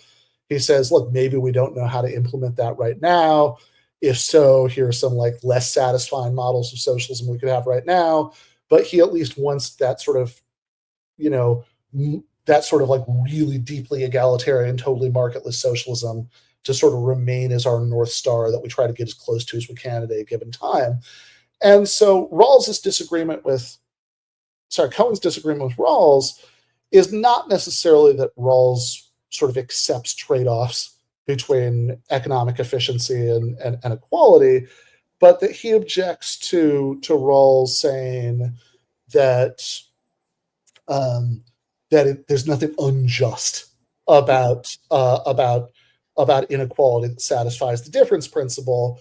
And Cohen says, no, there is something unjust about it. And it's really important to keep that in mind, because we want to track that there is a degree of, like, even if overall it's a trade worth accepting at a given point in history, we want to track that in that trade, what we're trading away, right? We're accepting a certain degree of injustice, and we want to keep our eye on that so we can get rid of that later when we can. And so the objection that, I think Sayers, you'd mentioned, I hadn't previously read his article, but you mentioned it when we were emailing this morning, and I took a very quick glance at it. Certainly I've seen other people make, actually, that I've heard Matt make, right, about Cohen on this point. So he says, wait a second. So you, Cohen, think there's this like trans-historical standard of justice. That doesn't sound very historically materialist of you, right? And people who are making this case will often, quote, in fact, this line in the Critique of the Gotha Program, where Marx is talking about the lower and higher phase of communism, where Marx says that, right, so he's using this kind of Hegelian language, but right can never rise higher than, the material conditions, underlying it. And say, so this is Marx denying that sort of trans-historical standard. And I realize this is a complicated bundle of subjects. So I'm just going to try to like really quickly lay out my own position on all this, and then throw back to you. But but my own view on all of this is that, historical materialism, and maybe this is me. You sort of said reading Cohen, it often feels very minimalistic, and maybe you'd have the same kind of feeling about how I would think about this that you have about Cohen, right? But, my view about historical materialism is that, at least read in any sort of remotely plausible way, it's not really supposed to be a grand theory of life, the universe, and everything, right? It's supposed to be a theory of, hey, why is it that we have a certain kind of society now, and we had a very different one 1,000 years ago, and we had a very different kind of society 10,000 years before that, right? Like, why is it that, we have a society with workers and capitalists and sort of liberal democratic forms of government now, and, 1,000 years ago, most of our ancestors were serfs, right? And they had that kind of society, and, 10,000 years ago, most of them were primitive communist hunter-gatherers, right? And they had that, right? Like, what accounts for these changes, right? That this sort of rise and fall of these different modes of social organization over the course of history. And, so I kind of sketched out earlier, and I won't repeat it, a sort of straightforward understanding of that kind of three-level, forces, relations, superstructure view earlier. But, like when Marx talks about a superstructure, he's talking about a legal and political superstructure. And, certainly, when you get to that line about social being and social consciousness, sometimes it seems to me, right, some Marxists, and I know I'm kind of doing the thing you were gently ripping me for earlier and kind of being a little vague about the target here, right, but it seems to me that a view I've run into in a lot of different places in a lot of different ways before, right, is that some Marxists will sort of look at that and they'll kind of read this kind of grand metaphysical claims about the universe into it, about like what the relationship is between human thought and material reality. These like big questions about metaphysics and philosophy of mind and all that stuff.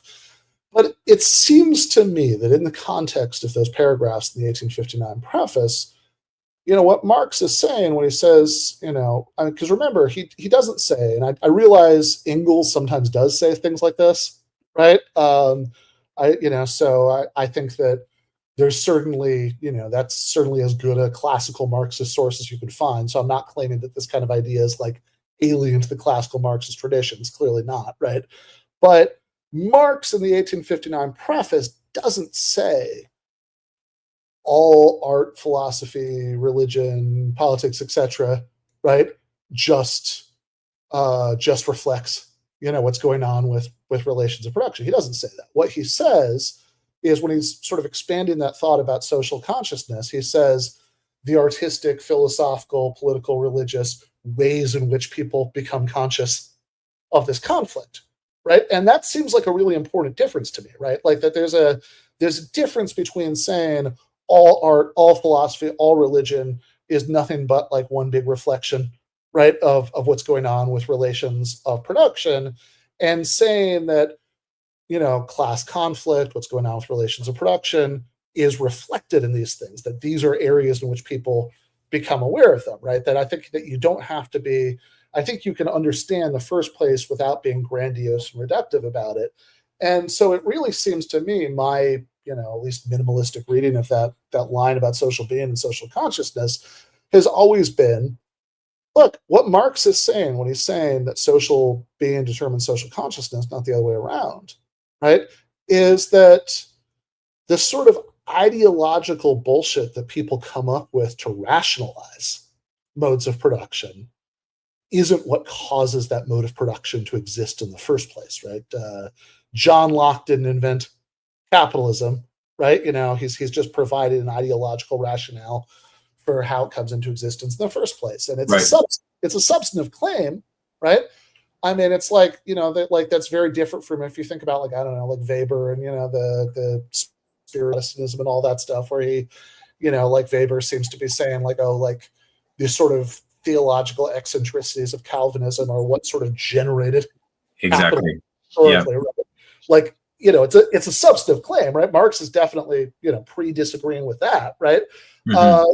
But I don't think it's like a sort of sweeping claim about how everything that's going on the sort of culture and ideological level just reflects what's going on with the relations of production. And the very last point about this, I would just say, if you think back to that whole discussion in the Critique of the Gotha program about higher and lower phases of communism, it's like, look, if you're saying right can't rise higher than the material conditions, well, you're making like built into that as a judgment about what's higher and lower, right? So it seems to me that you actually need some kind of, however implicit. I mean, Marx is certainly not doing moral philosophy. He has more than enough on his plate with like understanding capitalism and, developing historical materialism and all of this stuff, right? But like, so however implicit it is, there's got to be some kind of trans-historical yardstick, or else I can't even make sense of this. Why not just say,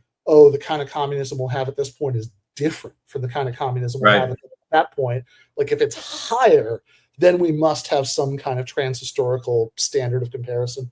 Well, I think it would, from a philosophical standpoint, like what a continental philosopher would say is that you are smuggling in a Kantianism unbeknownst. You're not naming it that, but that's effectively what you're doing, because the trans-historical idea of egalitarianism becomes a problem in a classical sense of it being idealist, insofar as it's making an appeal across, because I think this is sort of one perhaps criticism that I would have of Cohen.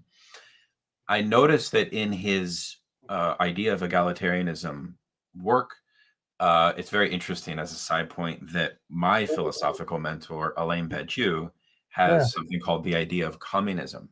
Yeah. And a lot of Hegelian Marxists, of course, have criticized him for, this notion of creating a kind of regulative ideal, Mm-hmm. where the problem is that ultimately the achievement of that becomes kind of entangled in some unknowable thing. That's the Kantian matrix itself, right? And Yeah. caught within some kind of universalism. And we know that one of the hallmarks of bourgeois power is false universalism. This is something we see in Marx's 18th of Brumaire. This is in Marx's quote unquote political writings. Because Mm-hmm. that's one of the things that I worry about in Kantian Marxism or analytical Marxism, which is there has to be an understanding of the continuity of class power over time. Mm. Because when we talk about culture, right, we have to think about that in our tradition of cultural revolution, which is not just in China, even though that's the one we always talk about, right? Every socialist revolution entails I mean, for example, Marx and Engels thought for a moment, even though I think they rescinded this position, Mm. the socialist revolution could be led by bourgeoisie at a certain point, What did which they? is why you get this weird moment where Marx and Engels are almost take their position on Mexico, which we recently looked at in our study group on Lacerda's Western Marxism, where they're basically suggesting ultimately that it is the proletariat that must be liberated, but bourgeoisie can kind of aid and assist in that. And of course, we have that in the Communist Manifesto, where the maturity of the proletarian revolution will inevitably create class traitors amongst bourgeoisie who will join, right? So what I worry about is this idea of culture understood as an abstract from class movement and forces and a class struggle. Because one of the things about Marxism, and I think about historical materialism, and I don't know if you agree, Mm. that like it or not, history is the unfolding of class struggle. Bourgeois ideology creates a bunch of fetters, or more precisely fetishes, Mm. that don't allow us to see it. So one of the pedagogical or educative tasks of socialists, and this doesn't mean we need to create a cosmology of like outer space and the meaning of metaphysics. No, it means that we need to create a philosophy that helps us understand the logic of society, right? The theses on Feuerbach, the idea of materialism is founded Mm. in a social relation, right, which is itself covered over by bourgeois power. So those are some of my questions about anchoring socialism. And we see this in Axel Honneth, The Idea of Socialism Mm-hmm. book, which I thought was an interesting book. He's a late Frankfurt School writer. Mm-hmm. But again, both Cohen and Honneth are kind of working on a Kantian foothold. I don't know if you would agree with that. You could accuse Rawls of doing something quite similar, I think, in a certain way. Although, as I mention frequently, I don't know if you are aware of this, but there is a earlier pre-Rawlsian generation of Kantian Marxists, by the way. Lucien Goldman being amongst the my favorite, but also like the Japanese philosopher Kojin Karatani. So there's a way that Kant can be brought in, because I think one of the problems is sort of how do we contest liberal philosophy in a certain way. And I want to kind of go back to that if we could. Sure. How does Cohen help you? Yeah. Because I know that, and this is one thing I love about you. Mhm. You call out liberals like on the daily. That's sort of Mhm. one of your merits as a person on the left. How can you have so much fidelity to Cohen, Mhm. who, for these reasons I cited, is kind of criticized as having a philosophy in line with liberal philosophy? Can you help us sort of maybe remove Cohen from liberalism? And was he a strong critic of liberalism? How did he see liberalism? Did he see it as much as a problem as we do? Maybe is one question. Sure. So yeah, I think, and I'm going to try to loop into this something from your previous question that I'm kind of realizing I never really addressed earlier, which was about Cohen's development over time, right? That. I mean, that's the sort of part of the like Sean Sayers critique and all that stuff.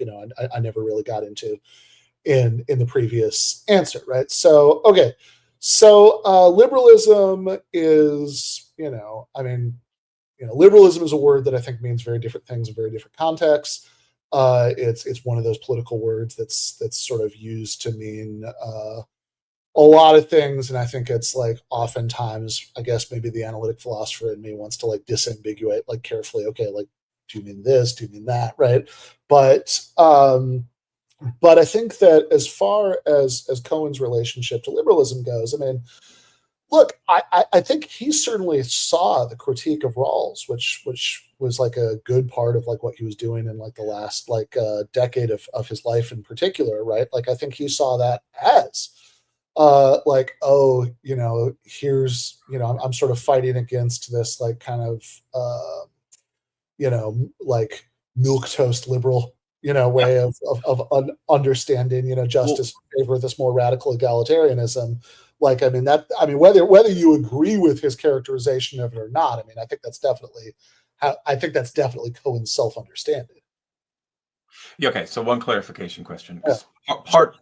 Pardon my here I am fulfilling the very orthodox capital position, which, frankly, when I think liberalism, okay, I think a philosophical worldview or a perspective that is in line with the ruling class and the status quo, sometimes unbeknownst to itself. And then here we have to show that, and that becomes difficult. As a pejorative, that's what I mean by liberalism. Okay, maybe it's not the best word, but then that would then merit the question about Cohen's theory of class itself, which, if you read Honneth, Honneth is kind of like, 19th century class is Marx. We don't really have a ruling class like that anymore. And, one of the problems, and here I think this is where philosophy and these systems come into practice, is that, when you hold those views, you get slogans like 99% against the 1%. And that's not an adequate slogan for Marxism, right? Because that's reflective of a post-class worldview. Occupy Wall Street is, in my opinion. Yeah, okay? hard to agree with all that. So where does Cohen stand on that? Sure. So Cohen, I mean, look, I mean, the sort of class analysis that he gives in Karl Marx's Theory of History is pretty orthodox, right? I mean, there's not, I mean, I think you read it pretty recently, right? I mean, I was surprised. I was surprised to see it that way. Yeah, and, I mean, I think it's like, I think Cohen gives some like pretty orthodox Marxist class analysis in Karl Marx's Theory of History. And I think quite a bit of, generally when you're sort of talking about the kind of materialist factual analysis side of Marxism, that book is sort of, Cohen's biggest contribution. It's not that he just like lost all interest in that cluster of subjects. He does continue to go back to it, over the course of his career, but usually through the prism of defending what he says in that book or arguing with sort of new challenges or things like that, right? So the person in the sort of analytical Marxist milieu who I think you really need to turn to if you want to say, okay, we want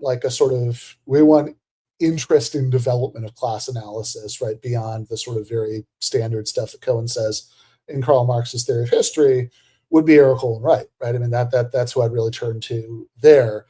And yeah, we kind of mentioned Chibber earlier, who I from my perspective is the sort of most interesting person continuing that now. And I think Chibber has some really interesting, I think Eric Olin Wright has some really interesting things to say about sort of trying to do a more like zoomed in, fine-grained kind of version of Marxist class analysis. So he talks a lot about like contradictory class positions, right? That he's sort of got this theory of like a sort of solution to what Marxists have sometimes called the problem of the middle class, right?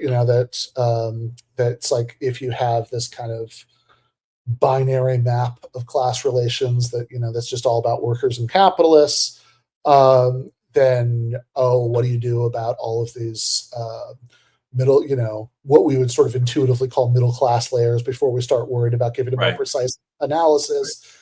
And and sort of one Marxist solution to that has been like, well, history will sort of take care of this problem because as capitalism develops, it'll tend to get rid of them. Another one is to sort of say, well, if you look carefully enough, these people who look like they're in middle class layers actually turn out to be classifiable as one of the big two.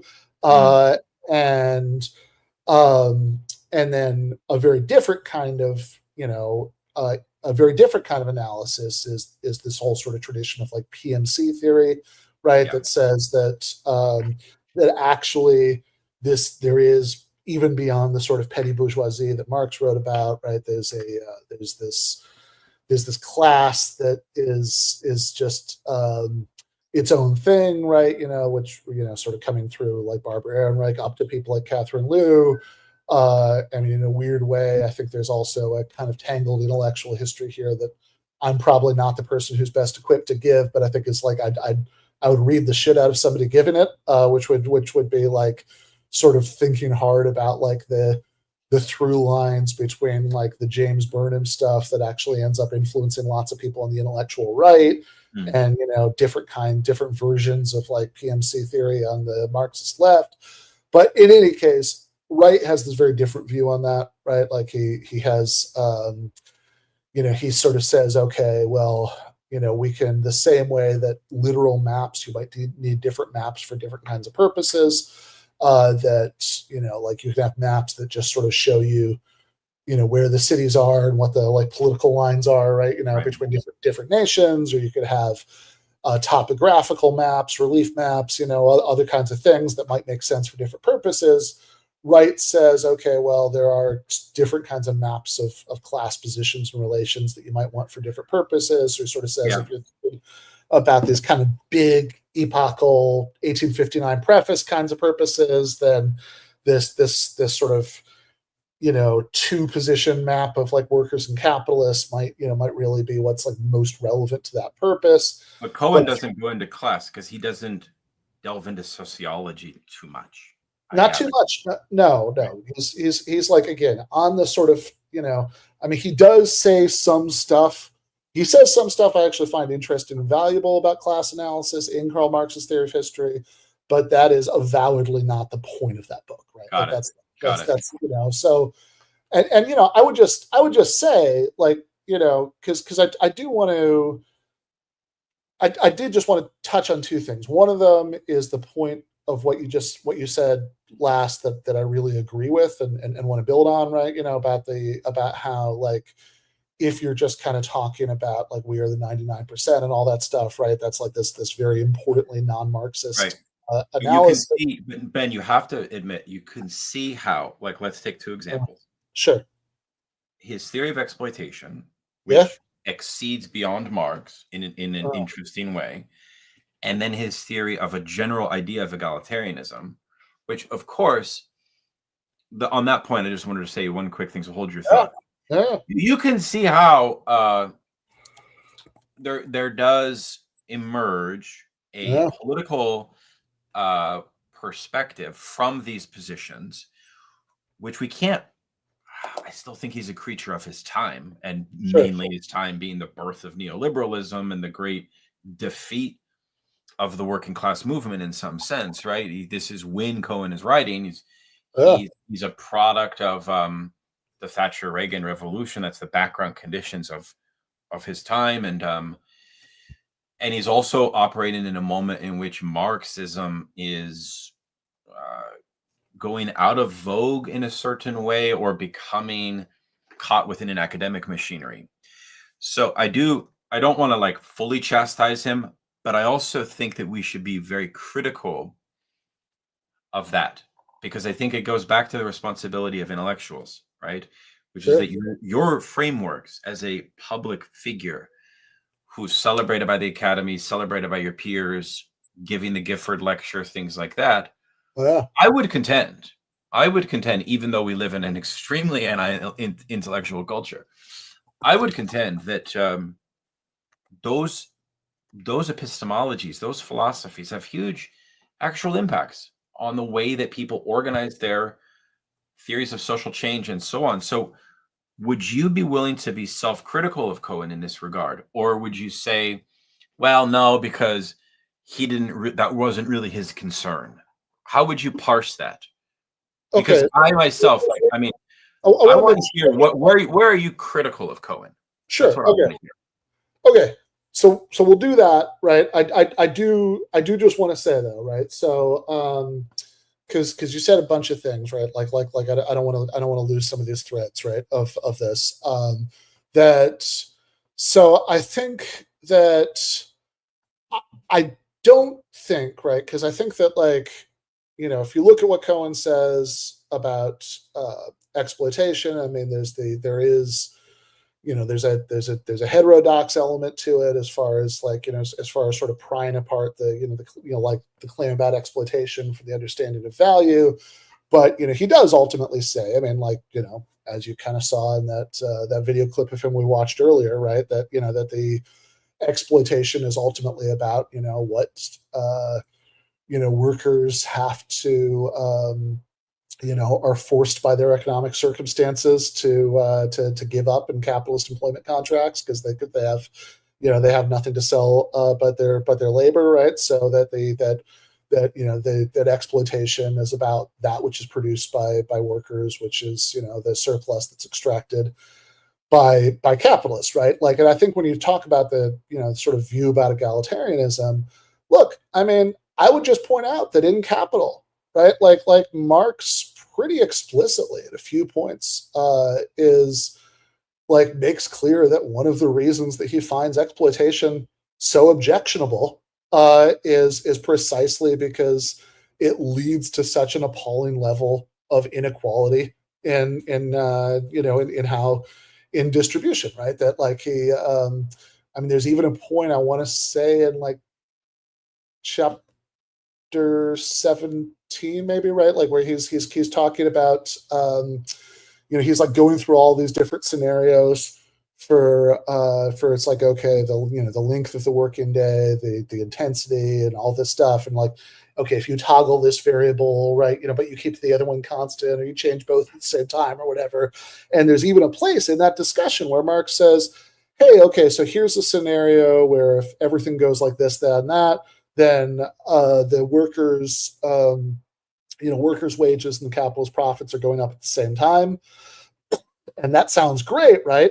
But he says no, because the profits are going up faster than the wages are, which means that the sort of comparative poverty of the workers is still increasing, right? So Marx is pretty explicitly interested in inequality there, right? Like, I don't see that, right, as I don't see any of that, right, as a kind of rejection of class analysis per se. And again, I do agree it's not Cohen's focus. I'm even sympathetic to the point that maybe it should have been, right, his focus, right, given the rooms he was speaking in, etc. That might have been a more useful intervention, right, than some of what he does do. For example, those Gifford lectures. I think that's actually a very fair criticism. But I think that as far as but I do think, right, that it is very important, right, that we have that I think actual class analysis, right, analysis in terms of classes understood in terms of relationship to the means of production, is really is worth prying apart from this sort of kind of vague populism. I mean, another thinker in the same era who I like a lot, Ellen Meskin Wood, has a book called The Retreat from Class that's kind of all about that, right? Sort of saying, like, and this is actually going to tie into your question about what are the places where I'm critical of Cohen, right? So where she says, oh, look at all these people who are, like, sort of becoming post-Marxist. They just kind of want to vaguely talk about radical democracy in ways that, like, really really lose the element of class emancipation, or of like, why is it that the working class is the historical agent that has to bring that apart. And so this gets, I think, both to where I'm critical of Cohen, and also why I'm not totally sold by a certain kind of story that other critics tell about his development over time, right? So, okay, what am I critical of? Well, those Gifford lectures that you mentioned earlier, so they're collected into a book with the title "If You're an Egalitarian, How Come You're So Rich?" I think that in there, there are actually parts of that book that I like a lot, right? But there are parts of it that drive me crazy, right? Because Cohen is, I think, talking about the sort of he's making this argument that it's like inconsistent for people with these like egalitarian political commitments who have a lot of money not to give it away. And I think that I think there's a lot of blurring there of the lines between a sort of structural analysis, or like a focus on like the injustice of an economic structure, and talking about individual behavior in a way that I find really unhelpful. And in fact, I really like in the essay that is the occasion for our conversation, right? In the new collection, I really take him to task for that pretty harshly at the end. Similarly, I'd say, by the way, there are other people in this tradition. I'd make roughly similar criticisms of some of their late work. I mean, Eric Olin Wright, who I've said I find a lot of his stuff really valuable. But if you read some of his later stuff, like Envisioning Real Utopias, I find it a little bit frustrating because I think there is a certain, especially because Wright did such good and interesting work in class analysis early in his career. By the time you get to that book, I think there's a decentering of those questions that I really don't like. That there's that I think reflects a lot of what was going on politically at the time. That I think he's kind of reflecting people he was maybe in dialogue with at the time, where it is very much the era that gave rise to all that "we are the 99% stuff," and Right. it does tend towards this sort of vague radical democracy talk that gets very delinked from class talk. And so all of that leads to, and this is a question you asked a couple times, I think, in different ways over the course of this conversation. It's like, okay, so what conclusion should we take from that? Like let's say it's true, and I think it is, right, that some of these guys and some of their later work, right, in specifically like the 2000s, right, for Cohen, because he dies at the end of that decade, 2000s and 2010s for Eric Olin Wright. In this era in particular, there are parts of their work that I think we'd probably both be very critical of for like very similar reasons. And so then we have the sort of question of like diagnosis, like, okay, is there a sort of basic philosophical mistake they might have made earlier in their careers that led them to do this, right? That led them to make these political mistakes later in their careers. And so, it could be, for example, you sort of floated the idea earlier that in Cohen's case, you were kind of tying this to Kantianism, but I mean, I think what you like a certain kind of like, moral, like trans-historical moral universalism, right? Which, I mean, the details could be Kant, details could be Aristotle, right? I mean, going back to Vanessa Will's book on Marx's ethical vision, right? But I mean, that's certainly a trans-historical notion of, what counts as human flourishing that could be inhibited by different kinds of social systems. So that's one possibility. Another possibility could be that the basic mistake is methodological, right? That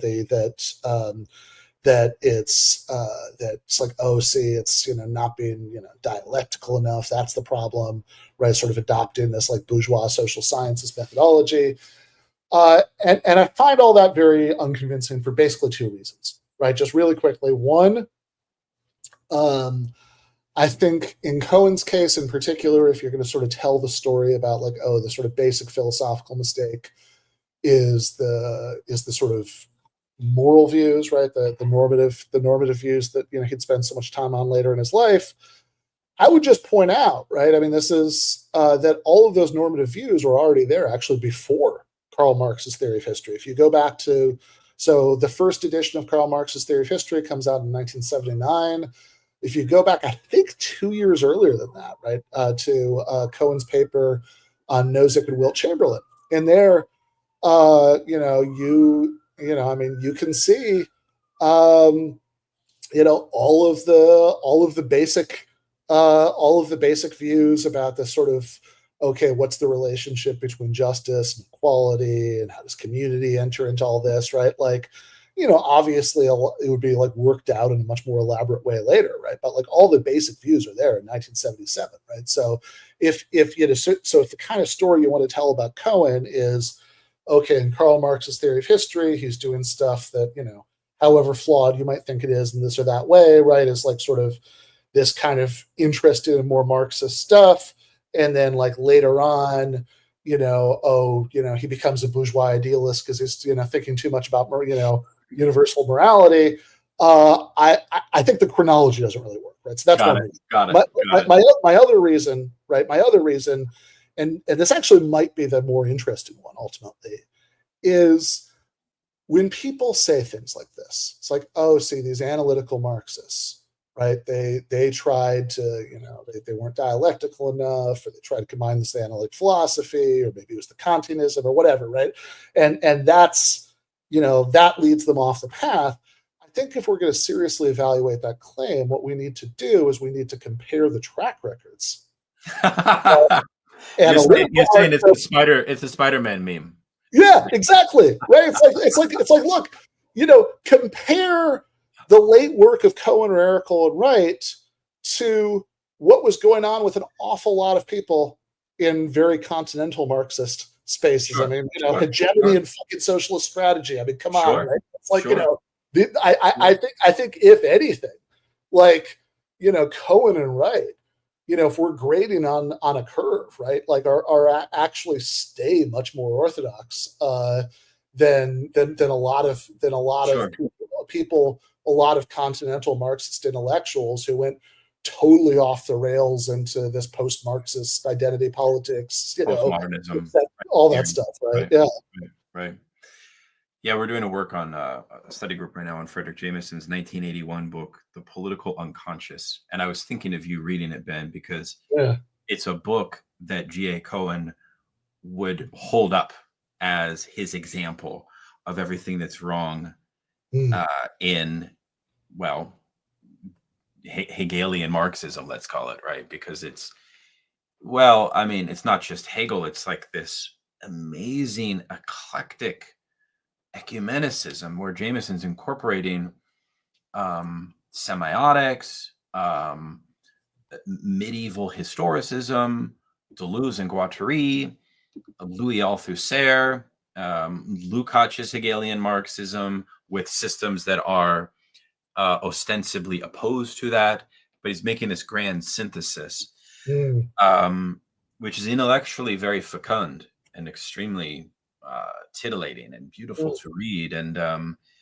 mesmerizing in a certain way. And I mean, I was actually going to ask what G.A. Cohen might say about psychoanalysis. I'm not sure. Oh, actually, I do maybe have. I don't have a lot to say about that, but I do maybe have like a little bit to offer on this, which is that I can't give you like kind of chapter and verse in his work off the top of my head. I'd have to like. But he wrote about Freud. He didn't write. He didn't write, to the best of my knowledge, he didn't write anything that was just. I would just be curious, like, did he like? I'll give you an example, like. But I was just going to say, but I have stumbled over the years on a few passages that the first couple times it really surprised me, where Cohen says like kind of surprisingly positive things about Freud and psychoanalysis, and it's like. That's not necessarily something I would have expected him to be into, but he's he does, and to the best of my knowledge, man, I guess maybe there's like an essay he wrote about Marcuse in the New Left Review that like maybe you get a little bit more of it there, but it's like they have but to the best of my knowledge, he never wrote anything that was like an essay just about that, where he could have really unpacked what his views were. But I think there are like a few passing references and other things that always kind of like would surprise me when I saw them. Yeah, that's very interesting. I mean, it is interesting, this question about analytical Marxism's view of the economic and ideology as you were articulating it through the class matrix by Chibber. Because one of the things that I feel the Chibber method leaves me with is a sense that Marxism does not need supplementary systems of thought to help its interrogation into alienation. And I couldn't disagree more. In fact, just because, you see, I think it's a kind of conflation that's going on here. Just because there may have been an interrogation of systems that are supplementary, like I just said with Jameson, like Jameson creates like, you know, when you were in high school and you had those friends that had like their Honda Civic, but then they added like rims and they added like fancy accoutrements to the Civic, like the thing on the back, that whatever it's called, you know, right? Yeah, I know what you're talking about. Yeah. That's what Jameson does to Marxism, right? And it's like a souped up fancy machine. And with Chibber and analytical Marxists, it's like they're actually like taking off parts, right? It's like a purely just like sleek thing, and that's, you know, bare bones, right? But then the question for me is like, okay, well, why can't we retain this class commitment while also incorporating systems of thought that aid socialist struggle in untangling things like ideology, or in untangling things like a proper understanding of ideological investments. I mean, this is why I think psychoanalysis remains such a fascinating system of thought, because once we add a theory of the subject of the unconscious and unconscious desire into the picture of historical materialism, I think that we unravel, perhaps if we do it right, if we chart it properly, if we analyze it properly, a better understanding into the riddle of class struggle itself, and then from there, political organization. So I'm very inclusive of these things. I don't necessarily, I think that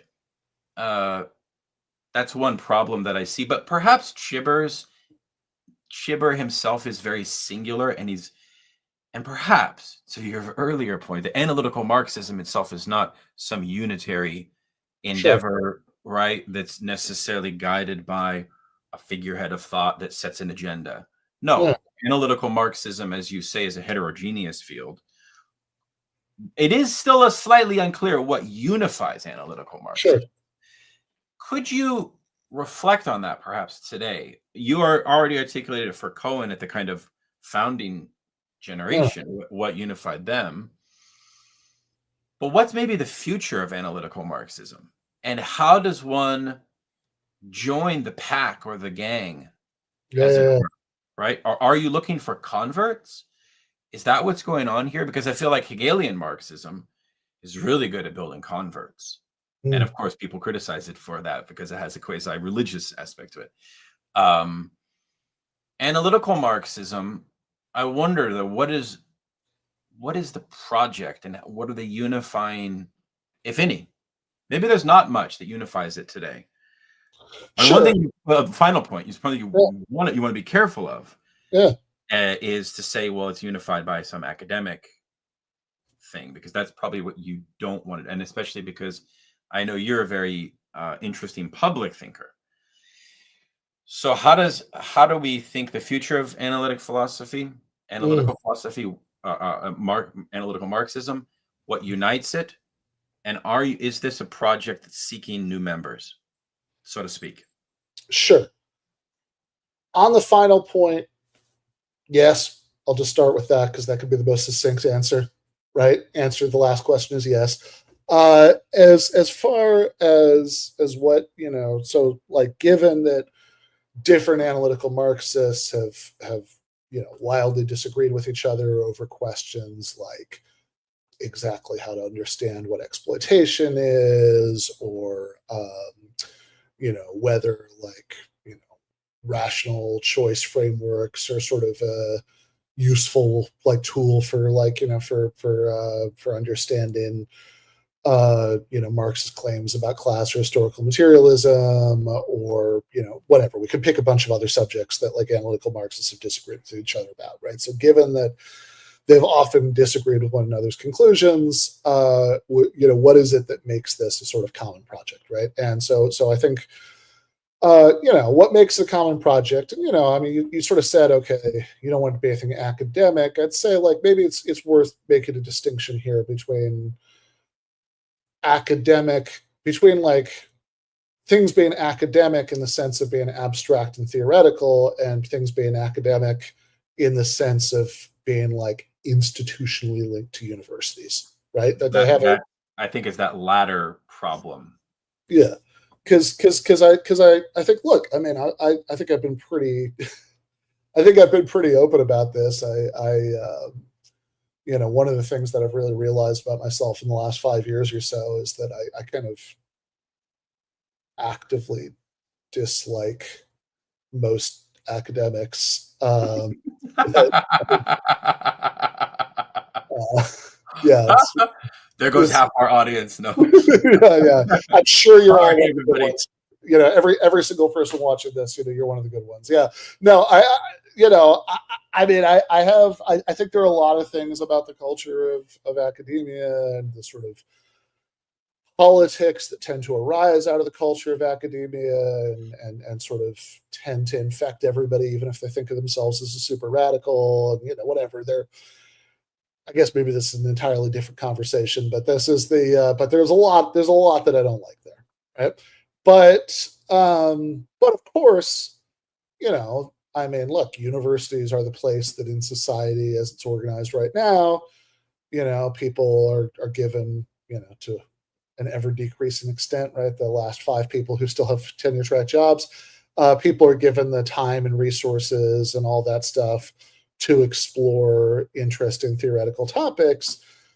And, whether you're sort of have like a, Hegelian methodology, or like an analytic philosophy sort of methodology, right? Those are both things that, typically live in, and to a great extent, not entirely, but to a great extent, we're born in, right? University settings. I mean, Hegel was a university lecturer, right. Like, so of course that, those are things that historically come out of that context. But I think, like, just as sort of tools of thought, right? I mean, they can be evaluated all on their own, right? Without, without any reference to whether you work at a university, Sure. when you're doing this. I mean, I do think that, I think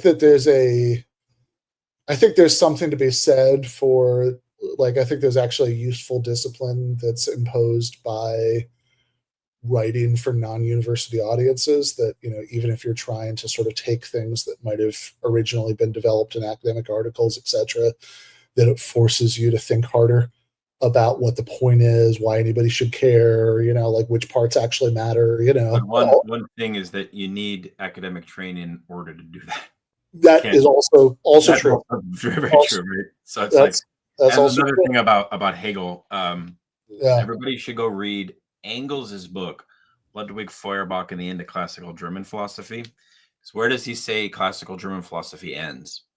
He says, okay, sure, Hegel may have started in the university, but he ends in the streets. He ends in the workers' movement. And basically, it's this beautiful argument that I absolutely adore, which is, we made Hegel ours. We took Hegel out of the university. Yeah. Anyways, go on. Well, right. Or what's the Richard Rorty line about how the conflict between left and right Hegelianism was ultimately settled at a seminar called the Battle of Stalingrad? That's yeah. And Exactly. But, yeah, I look. I mean, I think that,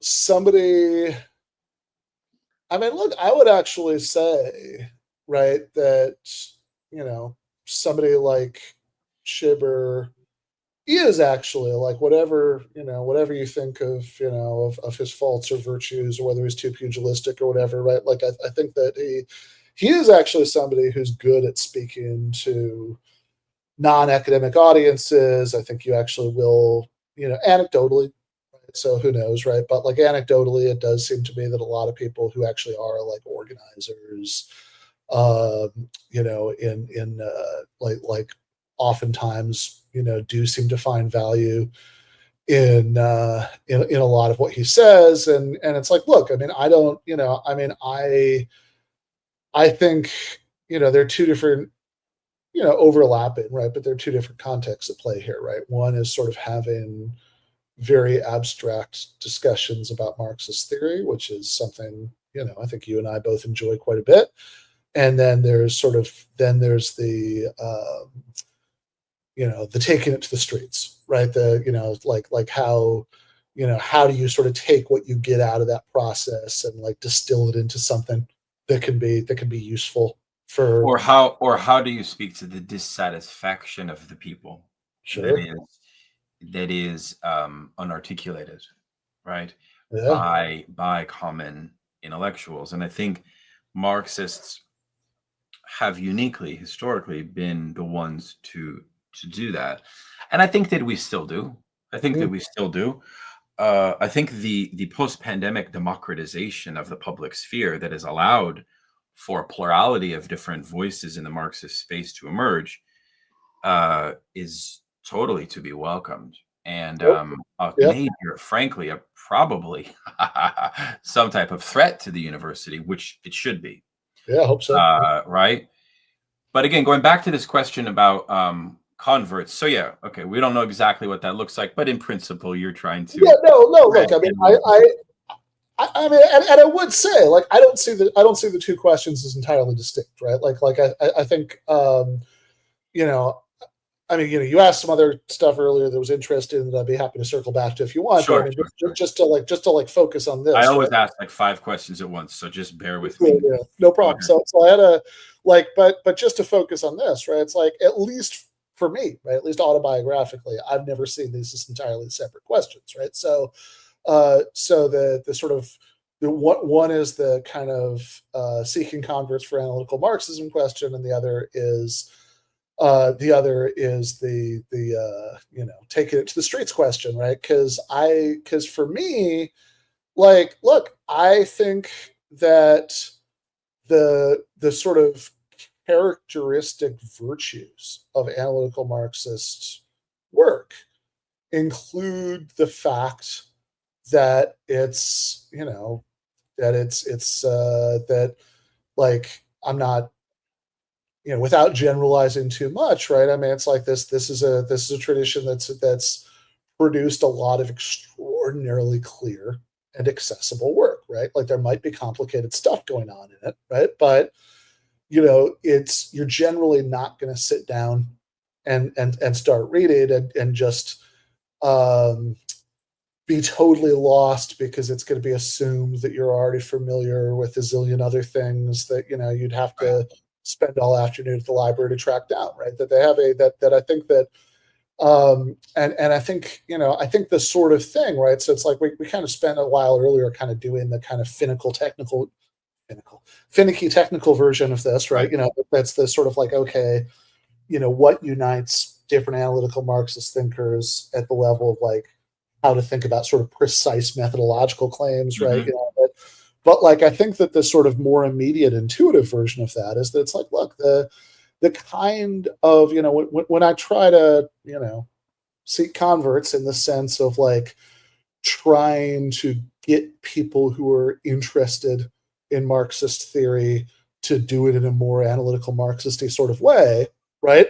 Like, a lot of that has to do with just like spending a lot more time asking and answering questions like, what exactly do you mean by that, right? Like, and what like you just said something that's like really interesting and suggestive, but what exactly does it mean? Right. And what exactly is the evidence that supports it, and et cetera, right? They have it's like, look, you just said this thing that sounds kind of profound. Here are 5 things that it could mean, right? Like, which one is it?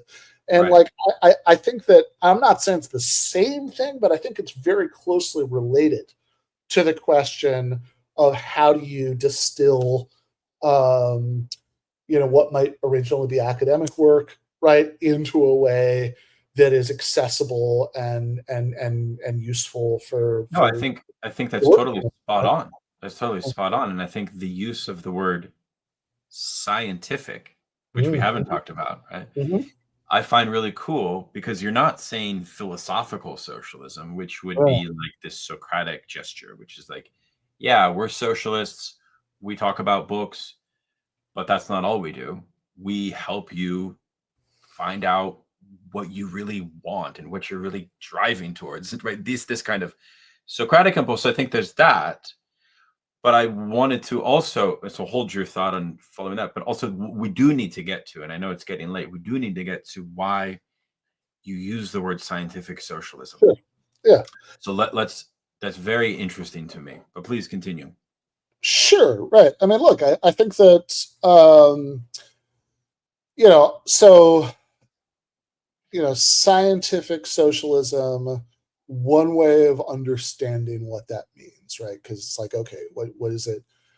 Uh, you know, like, I think that if you throw around that term, it might invite a lot of questions. Like, okay, wait a second, are you saying that Marxism or socialism is a science? What would it even mean to say Right. that one of these things Right. was a science? It Are you makes the liberals, their hair go up on end, right? Yeah, I mean, are you, what are you saying that science somehow like tells you that you should be committed to socialism? How does that work, right? Like, it's Or there's it Engel's idea that it's in distinction from utopian, right? So it's like, yeah, yeah, right?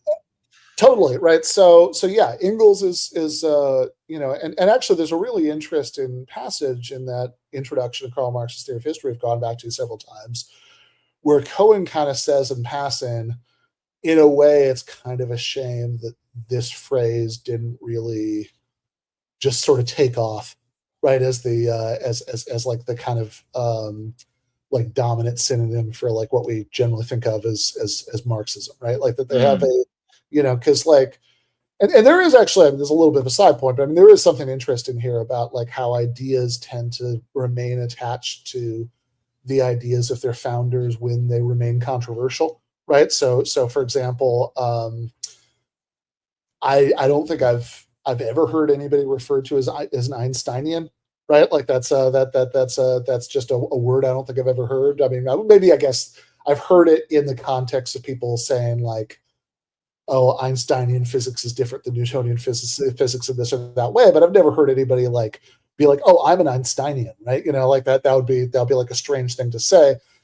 People do sometimes still say I'm a Darwinist, and they especially used to still say it in the early 2000s when there were all these like mm, cultural wars about like teaching creationism in the public schools and stuff like that, right? Because again, like because Darwin's ideas remain a site of controversy in a way that Einstein's, for example, really really don't, at least in the same way in the culture, right? So it's like I think because of course maybe inevitably, right? Because Marxism is not, it like remains incredibly controversial. I mean, if it wasn't, right? I mean, if this were just sort of accepted wisdom, then like, that would kind of sound like we'd won and bourgeois ideology had, been soundly defeated, and it'd be it actually would be a little confusing that we're still living under capitalism now, right? So it would be um, so maybe inevitably, right? Since Marx's ideas remain so controversial, they remain attached to his name.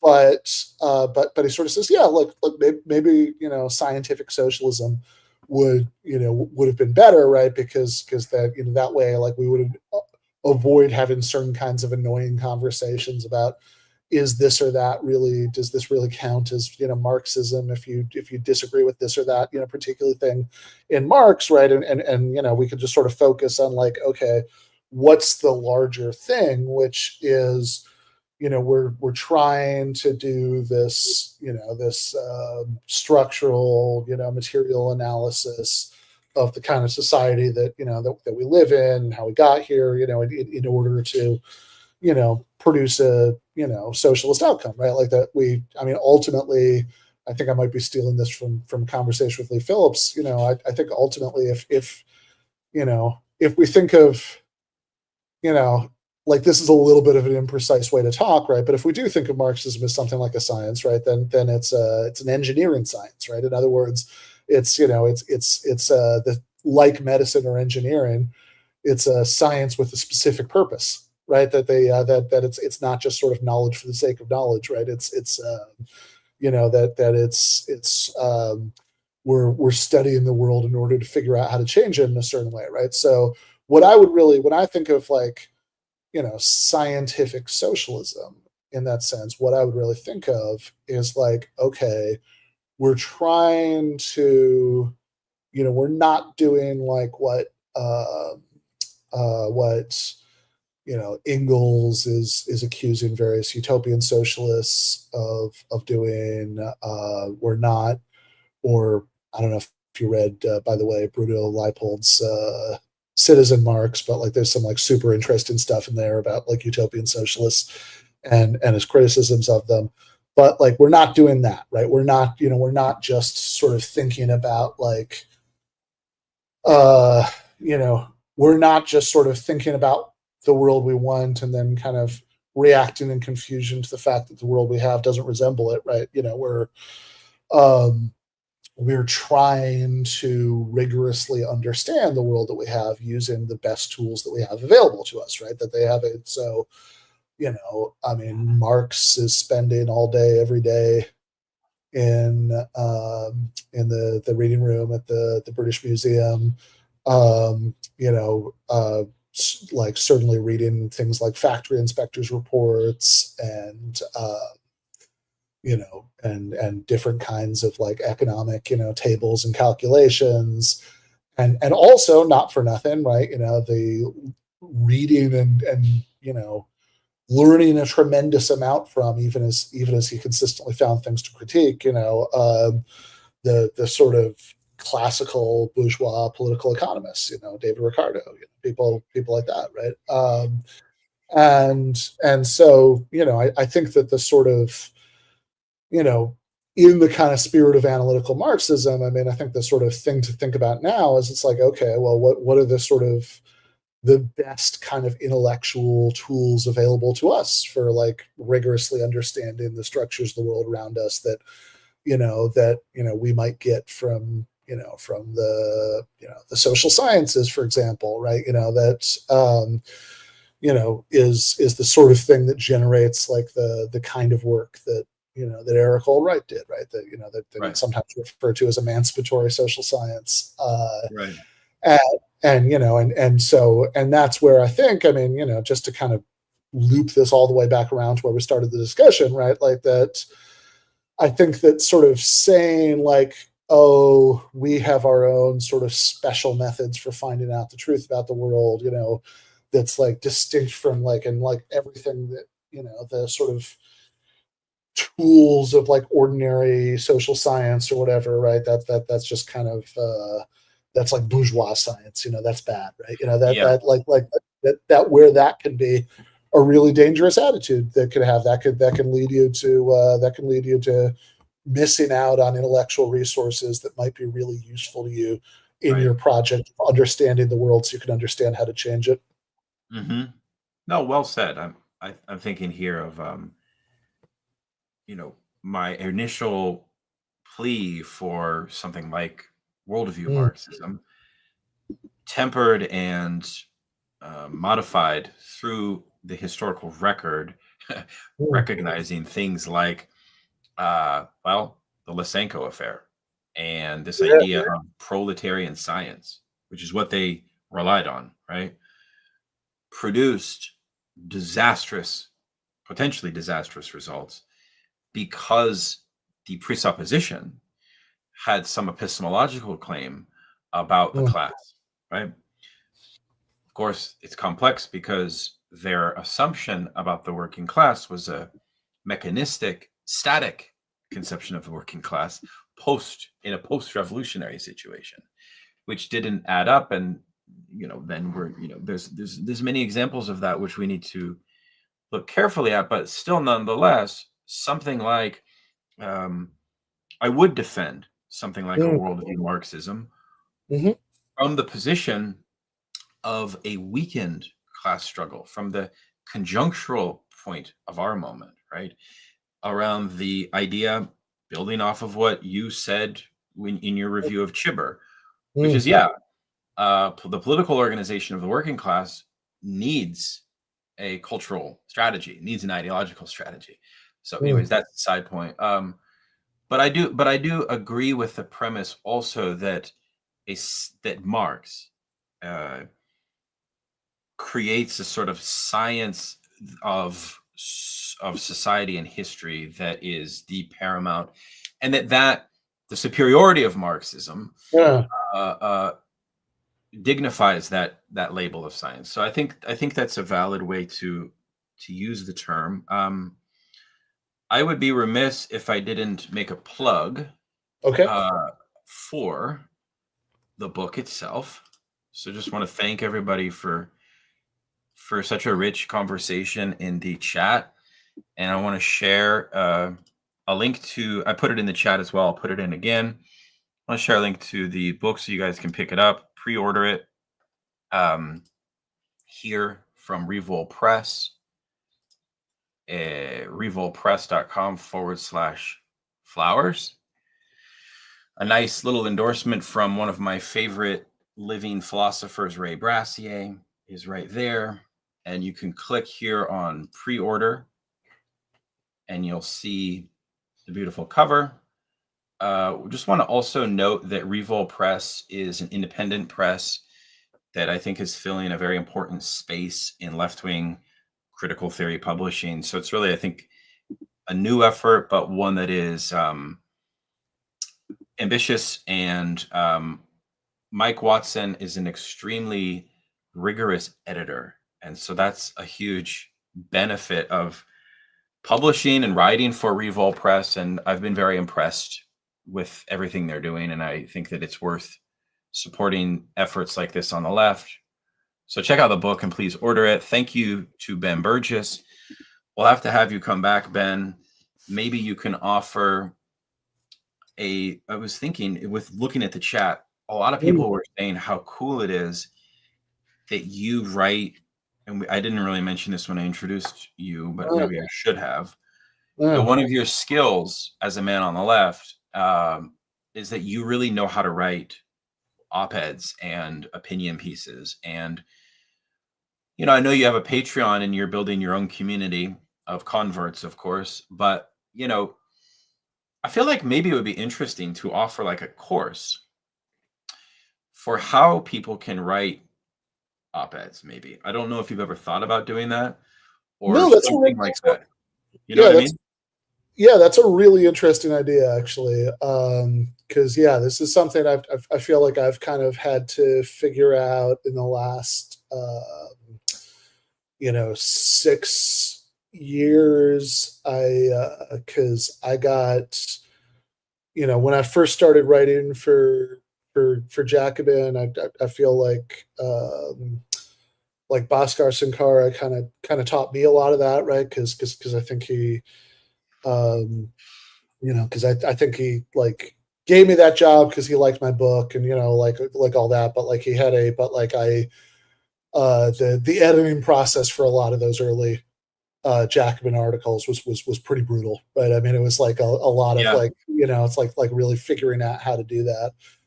That means you have something to teach, because I feel like that kernel of knowledge from your experience of the grit of okay, I'm on a fucking deadline and I got to pump something out, but it has to be good, right? And how do I make it? How do I communicate my ideas in a succinct way?